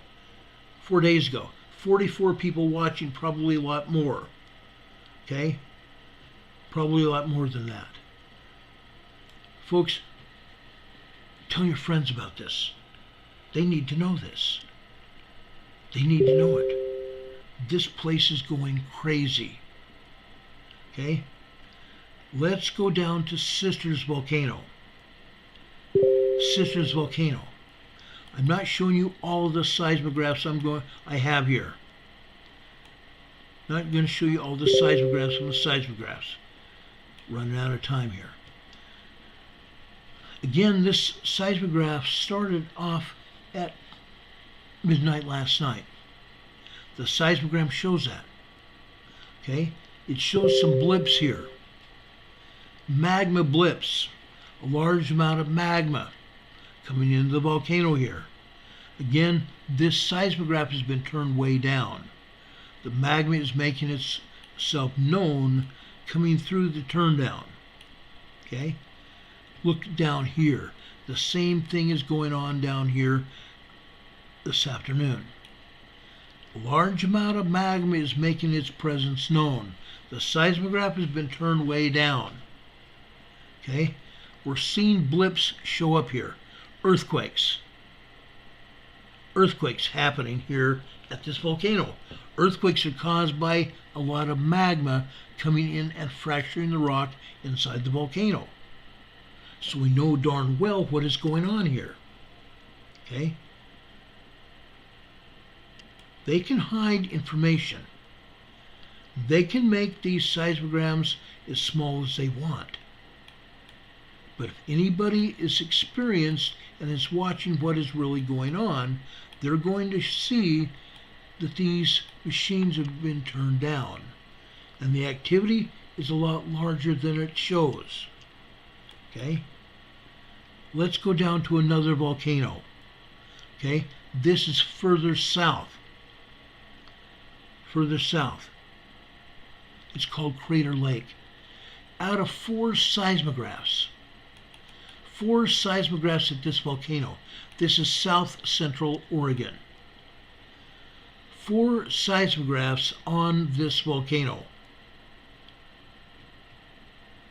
This one on the northeast side is called Fleetwood Cove. The other 3 have been turned off. Turned off. There's nothing there. They've been turned off. Look at the activity here. Okay? A lot of magma coming in the volcano last night after midnight. I will darn well bet you that last night before midnight there was a lot of magma because it's happening here. Okay? You can see it here clearly. A lot of magma. Then, later today, they started turning the seismograph down again. The seismograph has already been turned down. You can see that. The magma is still making its presence known here. You can still see these tremors here, what appear to be tremors. They're probably really earthquakes. Okay? You can see these thicker lines. Imagine if the seismograph had been allowed to be real world. You probably would see a lot more color here than white lines. Okay? How do we know it's been turned down? Again, look at these thinner lines here. Look at these thinner lines. The only reason magma is making itself known here is because it's overcoming the resistance of the machine that's recording it. Okay? That's the only reason. But look at this. More magma this afternoon as well, after 2 p.m. Okay? Then it got lighter and lighter. Isn't that something? Isn't that really something? I say, guys, we got a problem. The seismologists are way paid too much. Because the politicians are telling them, oh, don't show anything real. Heaven forbid something happens and people start moving before it happens. We'll all be out of jobs. Yeah, you will. You deserve to be out of jobs right now. That's honestly. They all deserve to be out of jobs. Let's jump down to Mount Lassen in Northern California. Look at this, guys. This is seismograph LDB. This is on the south side of Mount Lassen. Look at the magma that was present last night, early this morning. Look at what happened today. Okay? Yes, the seismograph had been turned way down. The magma is still there, making its presence known. If this had been turned up to regular speed, we would see probably a lot of colored lines here. Instead of being thin lines, they would be thicker, less white. That's a lot of magma at Mount Lassen. I'm telling you, folks, they're trying to pull the wool over our eyes. Okay? Let's go over to Mammoth Mountain. Mammoth Mountain is over in East Central California. East Central California. Let me show you one here. Look at this. Again, these seismographs have been turned way down. The seismographs are not allowed to show you what is really going on. But again, the magma is still making its presence known here. Look at that. And then this. Look at all that magma today. Okay? Look at all that magma today. This morning. This is after 5:30 a.m. this morning. Look at these earthquakes, guys. That red line you see on the left-hand side, all of the red lines are computer generated to let the seismologists understand that there's something important that's going on. In this case, it's a good-sized earthquake. A good-sized earthquake that happened just after 6 a.m. this morning. Actually, this one happened just after 7 o'clock. I stand corrected. Just after 7 o'clock. This is like a 3.5 earthquake at Mammoth Mountain. Okay? And you see a lot of other earthquakes here as well. A lot of magma coming into these magma chambers. And yet we're not allowed to see really what's going on. This is a ski resort, ladies and gentlemen. A ski resort over here in East Central California. A lot of people there. A lot of people until it really started snowing bad, and they left Mammoth Mountain trying to get off the mountain before they got stuck. I saw those pictures of cars trying to get out of Mammoth Mountain. Okay? I saw that. Okay? Mammoth Mountain's really busy. Rightfully so. Let's go south. Okay? Let's go south. Southeast of Mammoth and that area is Ubehebe craters. Look at this. This is another volcano, guys. Ubehebe craters out in the desert, the east central part of California. Okay? Look at this. Look at all these earthquakes. Look at all these earthquakes. Look at all this magma coming into the magma chamber of Ubehebe craters. We see steam here too. We see vertical lines with no dot in the middle of them. Steam coming from this volcano, and it's multiple volcanoes. It's like Kozo. There's multiple cones and craters all over the area of Kozo volcano. It's not just one, it's multiple. Same thing here at Ubehebe craters, but look at these earthquakes here. And I'm saying 2.0 to 3.0 earthquakes here, all over this area. 2.0, 3.0 magnitude earthquakes all over here, literally all day long. Let's go south to Kozo volcano.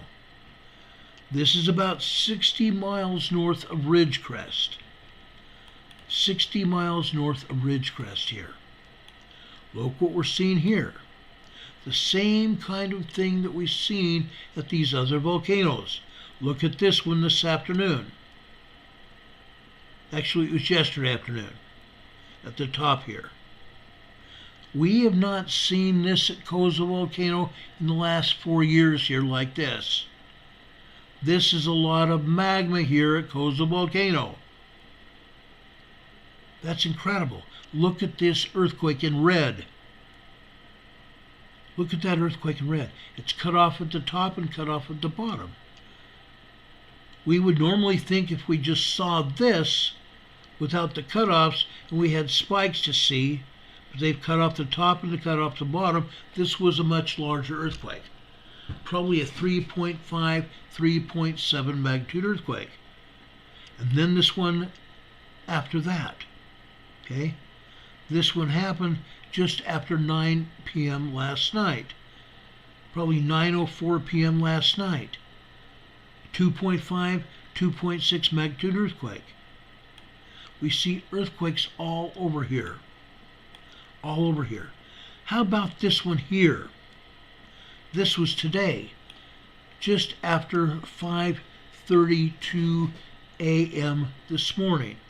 The top and the bottom have been cut off again.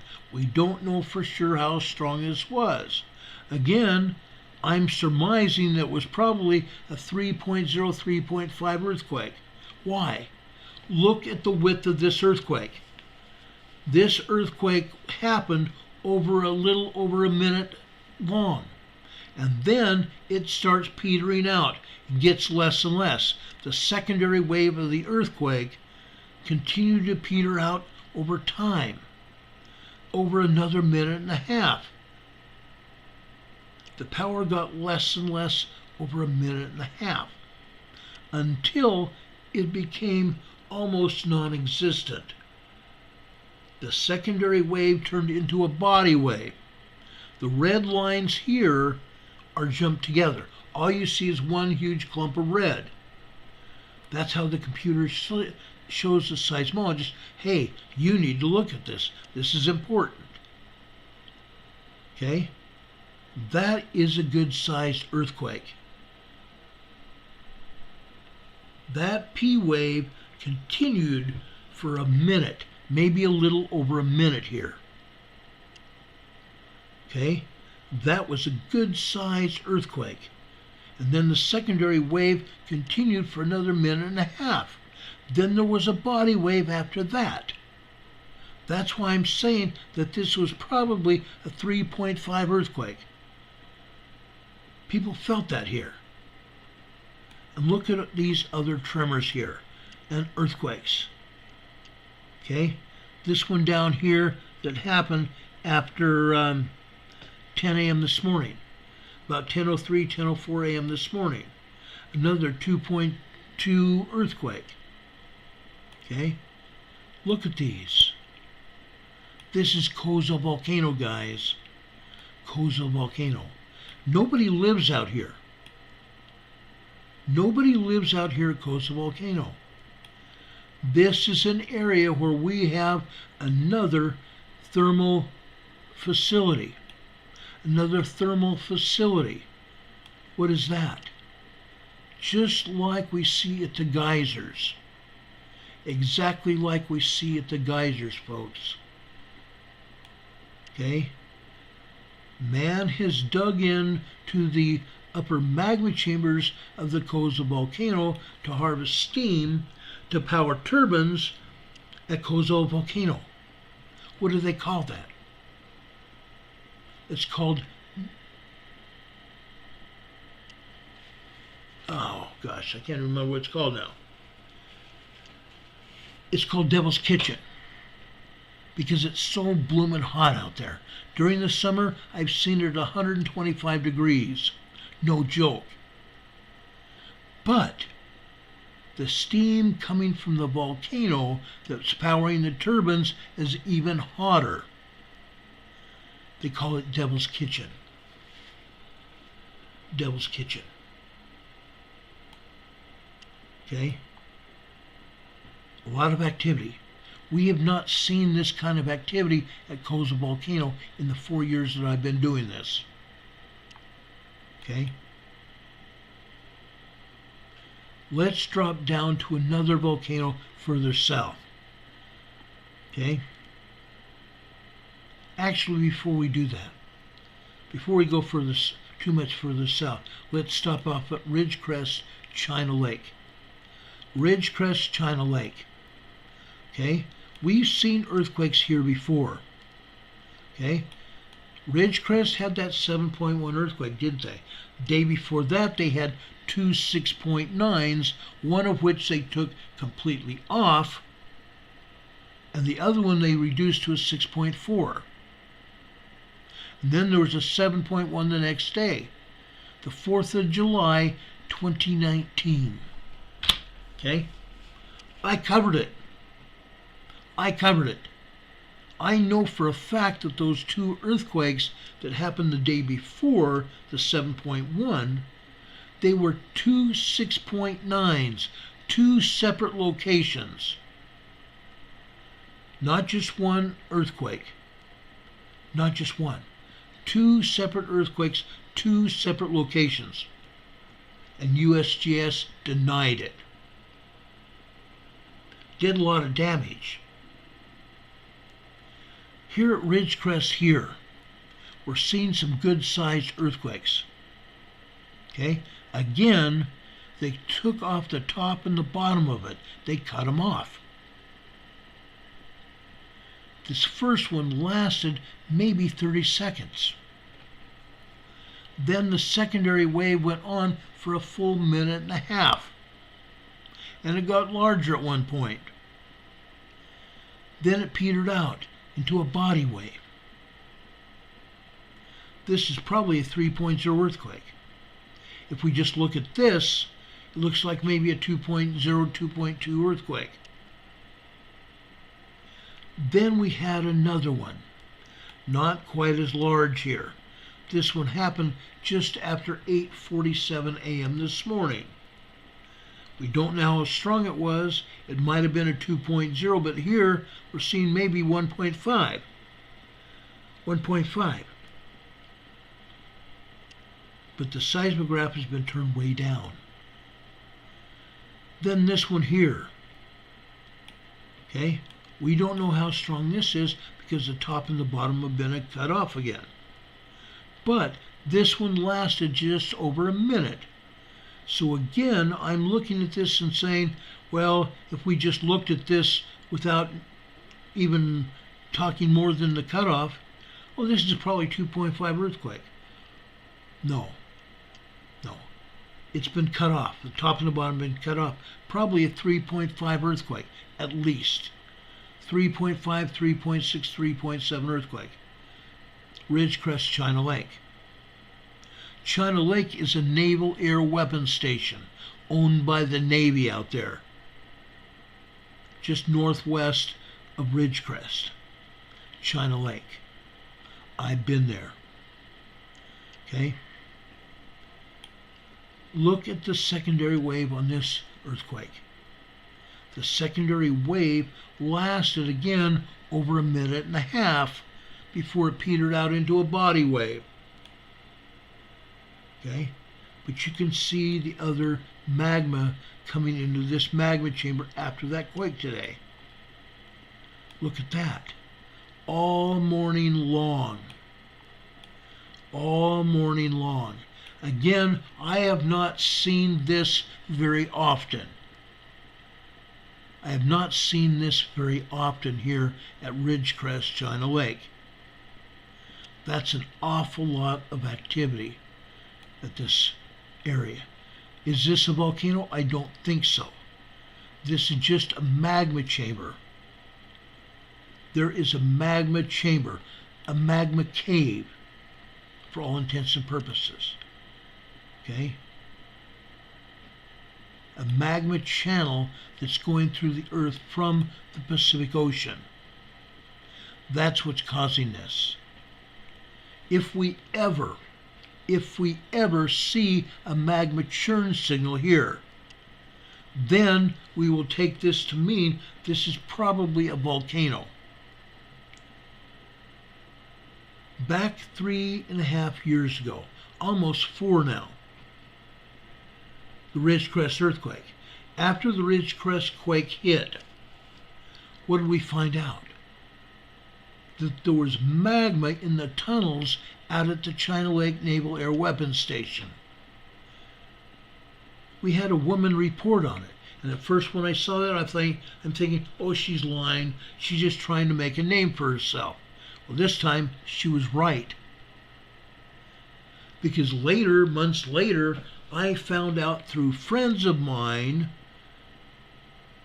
who worked out there, and who worked out there taking the machines and computers and other things out of the tunnels before the magma had a chance to gain access to those machines and melt them down. Yes, the Navy hired a lot of people to come in, 200 or 300 people to come in and remove those machines and other things in the tunnels before the magma consumed them. Yes, there were magma in the tunnels. There's a magma channel out at China Lake. And that's what I think this is a magma channel coming in from the Pacific Ocean, going over to a volcano. Okay? But you can see clearly the evidence of magma in that area. Very clear. Let's go to one further south. A lot further south. This is down in Southern California. This is down in Imperial County. Excuse me. My mouth is drying out and I ran out of water here. Look here. This is over at the southeast side of the Salton Sea. This is down in Calipatria, California. Again, this seismograph started recording information just after 4 p.m. yesterday afternoon. we're seeing these tremors and earthquakes happening up at the top of this seismogram. They were happening all day long yesterday. All day long. And you can see some of these thinner lines getting thicker and getting thinner again.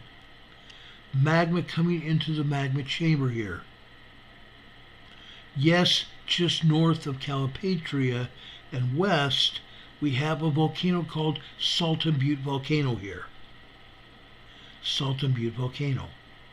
So we know that magma is going into all the volcanoes now. All the volcanoes are being recharged. We're seeing earthquakes hitting all over here. And it's not just the volcano. Not just the volcano. There's something else going on. Folks, on the east side of the Salton Sea, the east side of the Salton Sea, north, about 70 miles north, is a place called Bombay Beach. The San Andreas Fault runs down the east side of the Salton Sea. And out at Bombay Beach is where it starts going underneath the water. Underneath the water.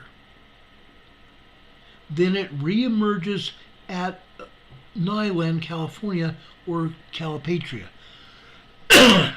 Then the San Andreas Fault starts running west, southwest, through Imperial Valley, until it gets to about the middle of the south end of the Salton Sea. Then it turns south-southeast and runs straight down through Imperial Valley into Mexico.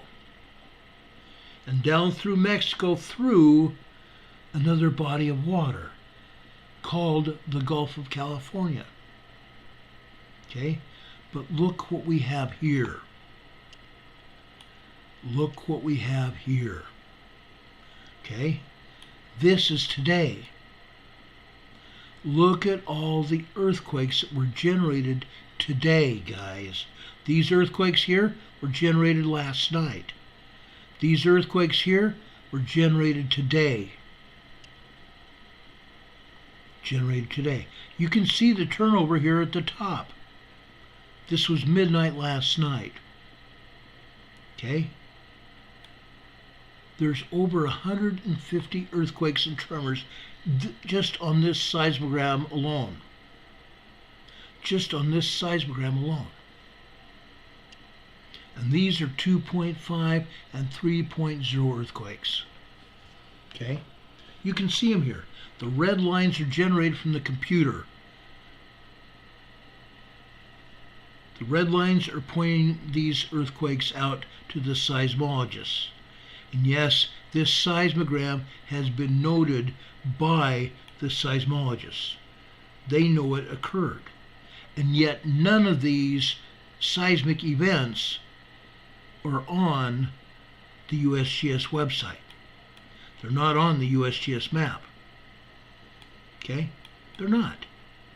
I think there's a 1.5 tremor there in Calipatria noted on the USGS map, but not all of them. Why not? Lucy Jones said the last time we heard her on the radio or the TV that, oh, nothing's going on down there in the Imperial Valley. It's quiet. This is not quiet. Yes, there's such thing as background seismic events. Background seismic events. 1.0. Microquakes 0.1, 0.2, 0.7. Those are background. But when you get into earthquakes and tremors like this is no longer background. This is serious. We've talked a lot about Southern California.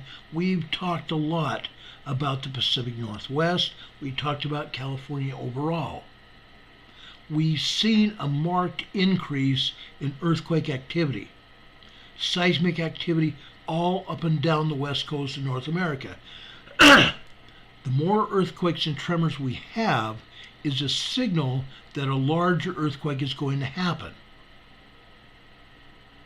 A larger earthquake's going to happen, and I can tell you right now it's going to happen, and it's probably going to happen very soon.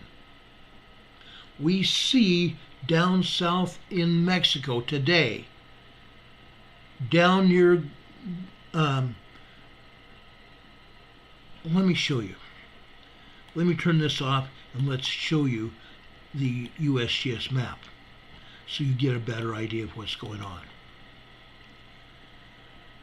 Down near Guatemala today, okay, there were some earthquakes. Some good sized earthquakes, I might say. Okay? Let me enlarge this map so you can see what I'm talking about. Okay? I'm only going to point out the larger events here. I'm not going to go all over here. Okay? I'm not just going all over. I want you to see this. This is a large 5.3 earthquake off the coast of Guatemala today. A 5.3 earthquake off the coast of Guatemala. This seismic energy is moving north. It came from the south and it's moving north. And this is sadly the only earthquake listed here in Central America and in Mexico. Look at that. Nothing else. I know for a fact from studying these maps, not just the USGS, but all the maps. I've seen them today. This place is loaded. This place is loaded. From here in Guatemala, we're going to see a larger earthquake in southern Mexico. And from there, it's going up here into the Gulf of California.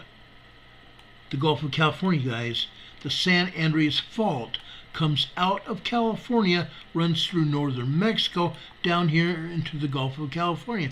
We're going to see a larger earthquake there soon.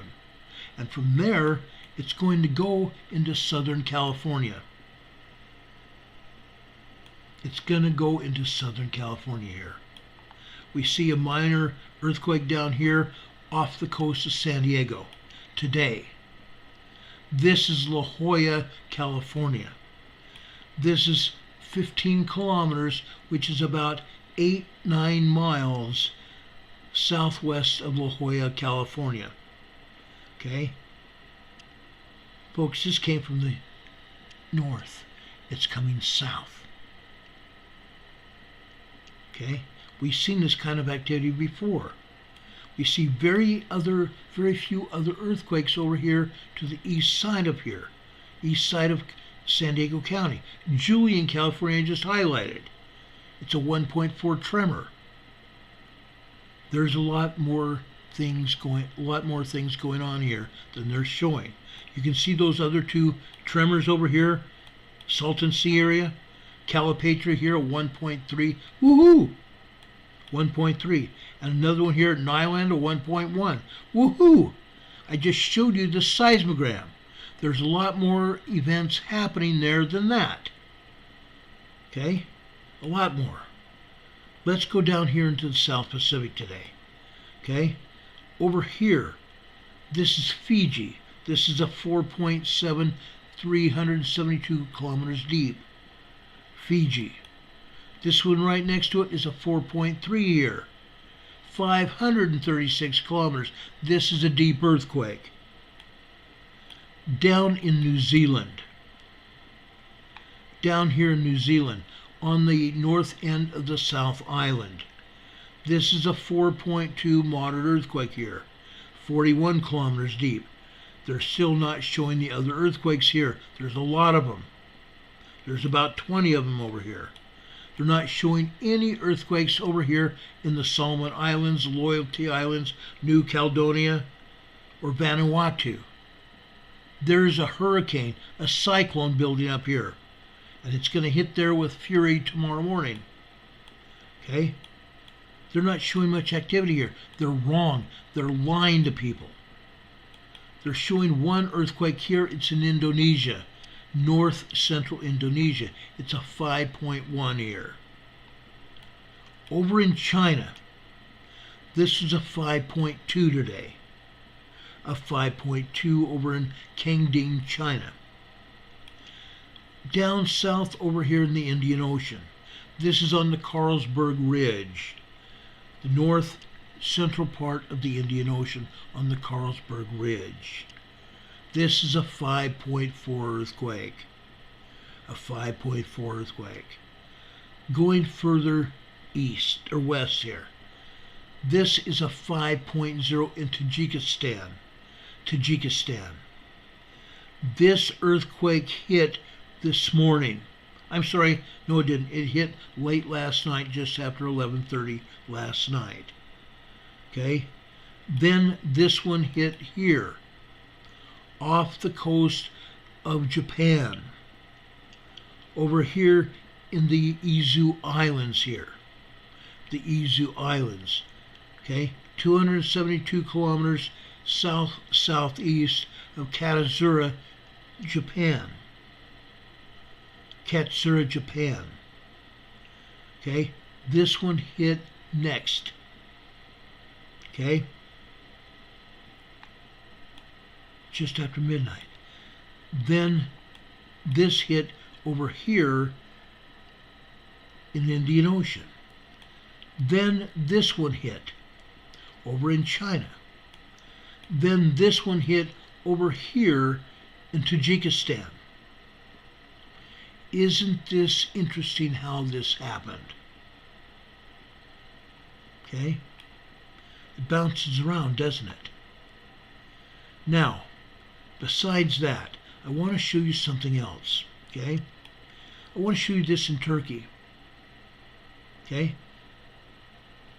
They're showing 3 earthquakes here. Earlier today they were showing 1. This is over in Turkey here. This is a 4.1. This is a 4.6. 6.2 miles deep, 10 kilometers deep. This is a 4.4. Also 6.2 miles deep, 10 kilometers deep. Okay? I want to show you something. Okay? There's a lot more activity than this going on here. But they will never tell you that. They will never, ever admit to this. They're showing 4 earthquakes right now. They showed 1 earlier. Look at this, guys. What does it say there? There's over 200 earthquakes that have hit Turkey today, not just 4.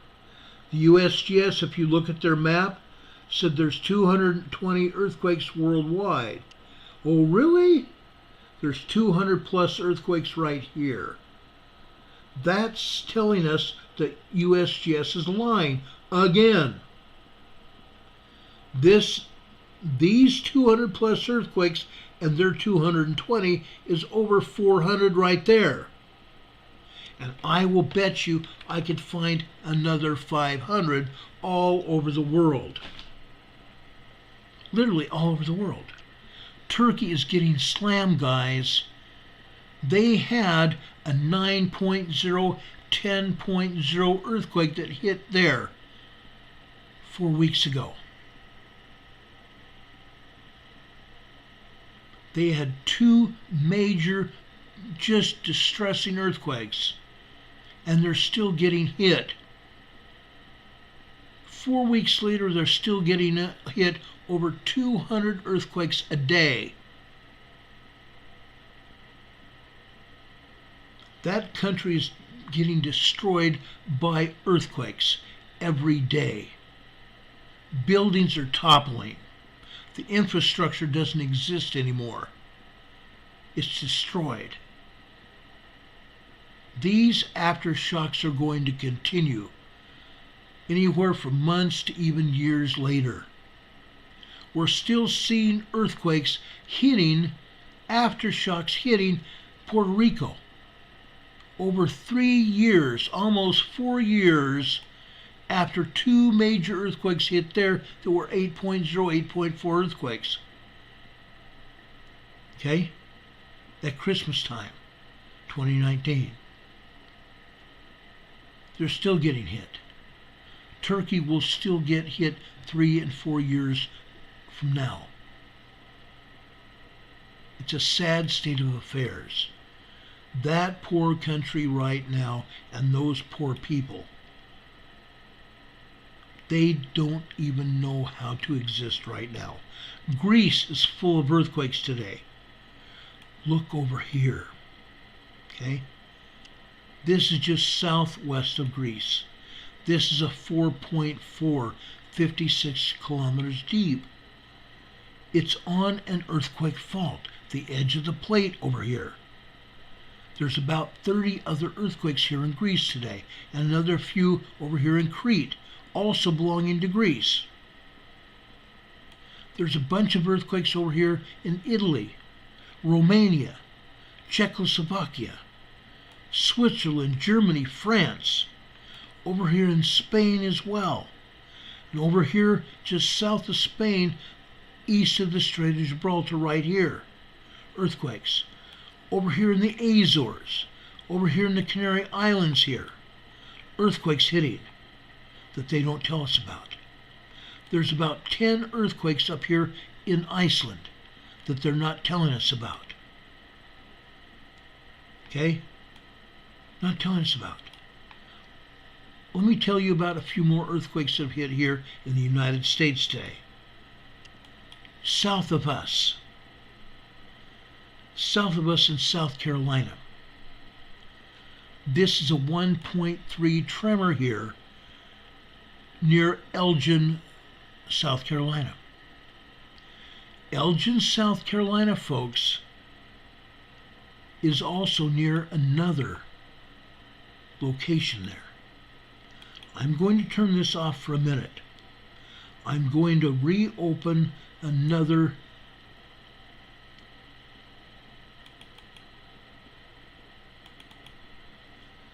Okay, I want to show you what's going on over in that area of South Carolina. Because again, they're lying about it. They're totally lying about it. Okay? This is what is showing us that really happened today over there near Elgin, South Carolina. This is the Sumter, South Carolina seismogram. The top of this one starts at midnight last night. Look at these earthquakes this afternoon. Look at these earthquakes this afternoon. They are not 1.1 tremors. Look at this, guys. These are 3.0 earthquakes. They say that Elgin got hit by a 1.1 tremor. Bullcrap. These are both 3.0 earthquakes. Yes, there are some 1.1s, 1.2s, 1.3s here as well. But this morning, after 11 a.m. this morning, this red one is after 1, 2, 3, 4, 5, about 11:20, 11:19, 11:20 a.m. this morning. Okay, this one on this blue line. The blue line on the left is 11:30. This is about 11:40. This 11:50 this morning. Again, another 3.0. Isn't that something? And yet they don't want to tell us about it. Heaven forbid that they were honest with us. They're not. This is what happened over there this afternoon. Very little, if anything. Yes, they got some tremors, and they have some microquakes here going on as well. But not the bigger earthquakes like they saw this morning. Okay? Elgin got hit with larger earthquakes than they're talking about. Okay? They did. We're showing it to you. Now let's go back to the USGS map one more time. There's a couple other things I want to show you here, and then we're going to get out of here. Okay? I want to show you this.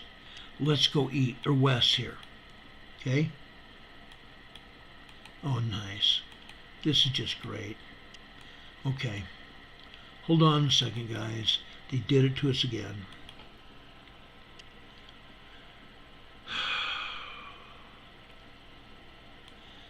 They're playing us for stupid.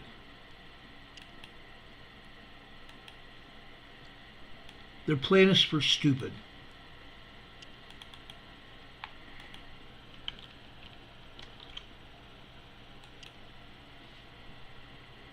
Okay? This is Northern California here, okay? We're going to leave Northern California. We're going over to Texas. We're going to go over to Texas. Yes, we have some earthquakes in Oklahoma. Those are oil and gas earthquakes. Tremors over there in Oklahoma. Okay? Let's go over here to southwestern Texas. Okay? Look at this, guys. Okay? These are all oil and gas earthquakes. This is Toyah, Texas. They got hit with a 4.1 moderate earthquake today.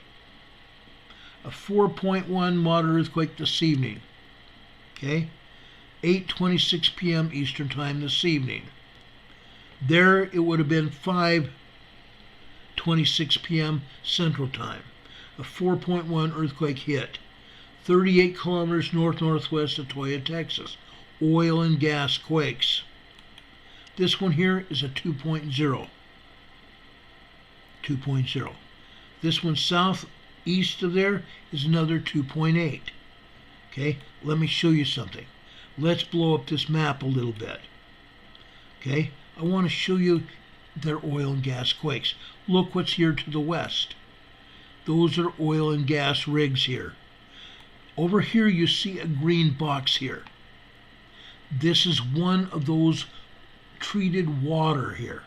Treated sewage that's being pumped into the wells to pull gas and oil out of the wells. Okay, this is fracking. Fracking. And they're all over here. Look at this. Look at all over here. These are all fracking quakes. Oil and gas quakes here in Toyah, Texas. West of there.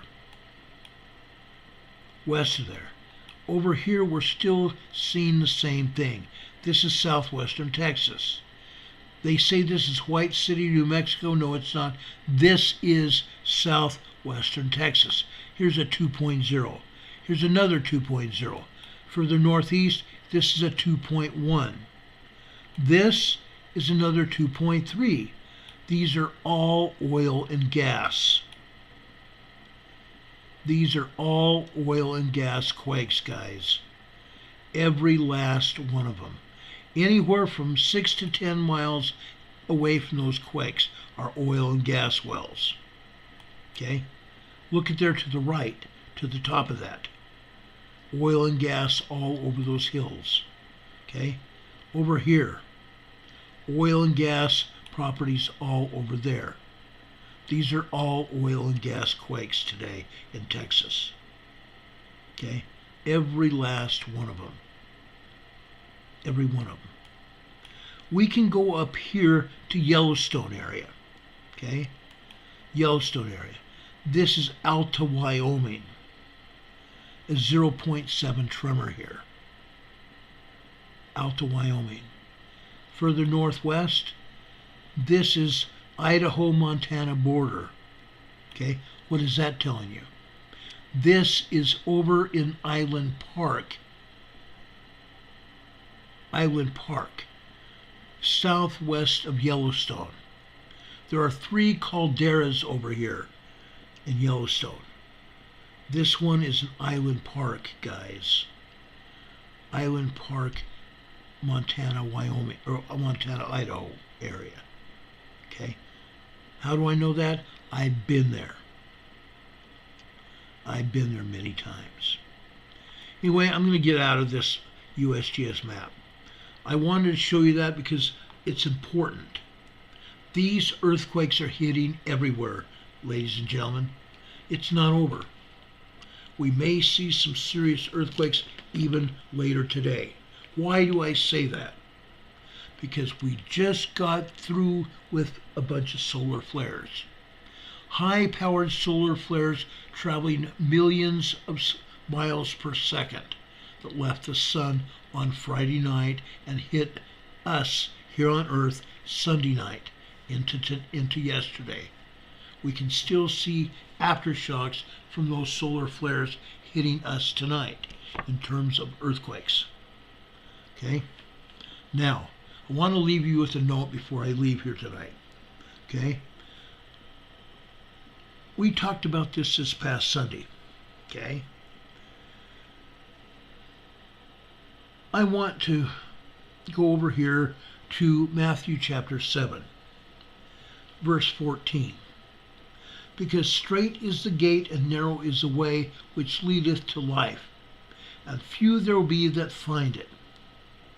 Beware of false prophets which come to you in sheep's clothing, but inwardly they are ravening wolves.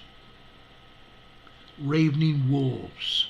There are a lot of those people here today. Not on this program, but they're out there. They're tearing apart this country and around the world. Tearing us apart. England, Wales, Scotland, Ireland, Northern England, Scandinavia, Canada, the United States, Australia, Japan, South and Central America, and Mexico. Ravening wolves, tearing us apart. Beware of them. We have wolves in Russia. We have wolves in China. Be wary of them. We may be getting into a war very soon.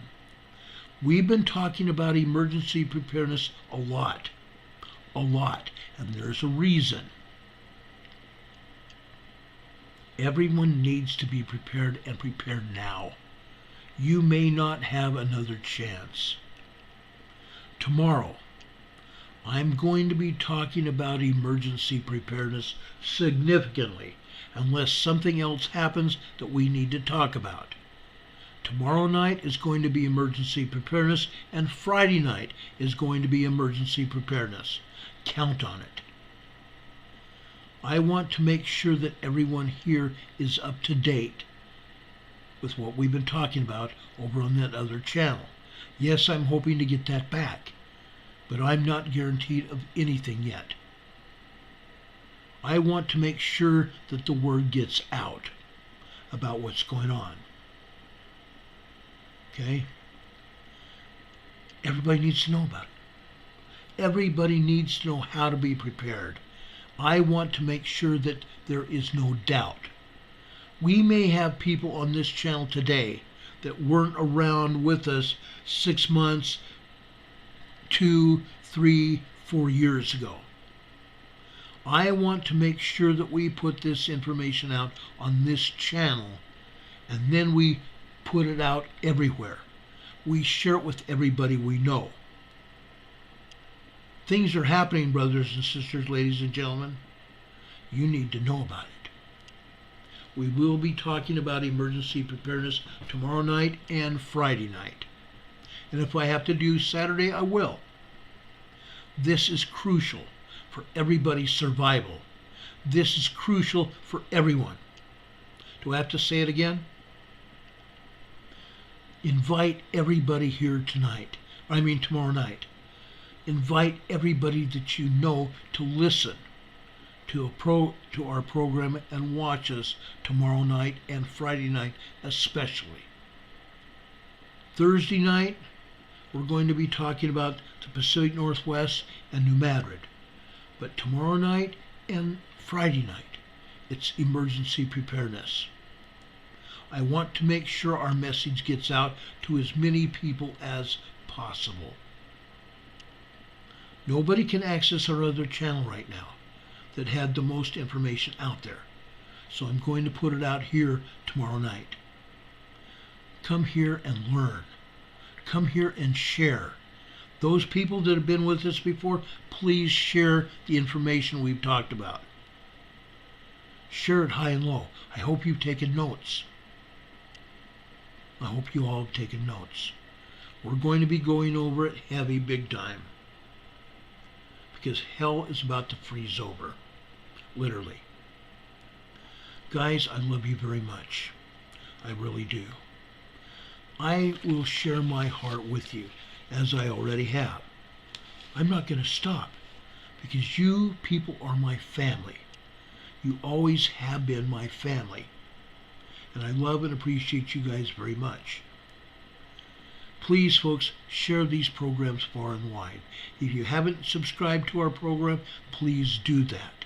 And when you subscribe, click on the little bell icon. There's a bell in a circle. Click on it. And when you do, a drop-down menu of 3 items will pop up. Click on the word ALL. That will get you notified when we come on the air, we hope. Again, YouTube doesn't do everything all the time, so you may not get notified. But sometime after 6 p.m. during the week, we will be coming on the air with a program, Monday through Friday. Sundays, we come on the air and do a Sunday school class just after 12 Eastern Time. We do that religiously. We follow those schedules.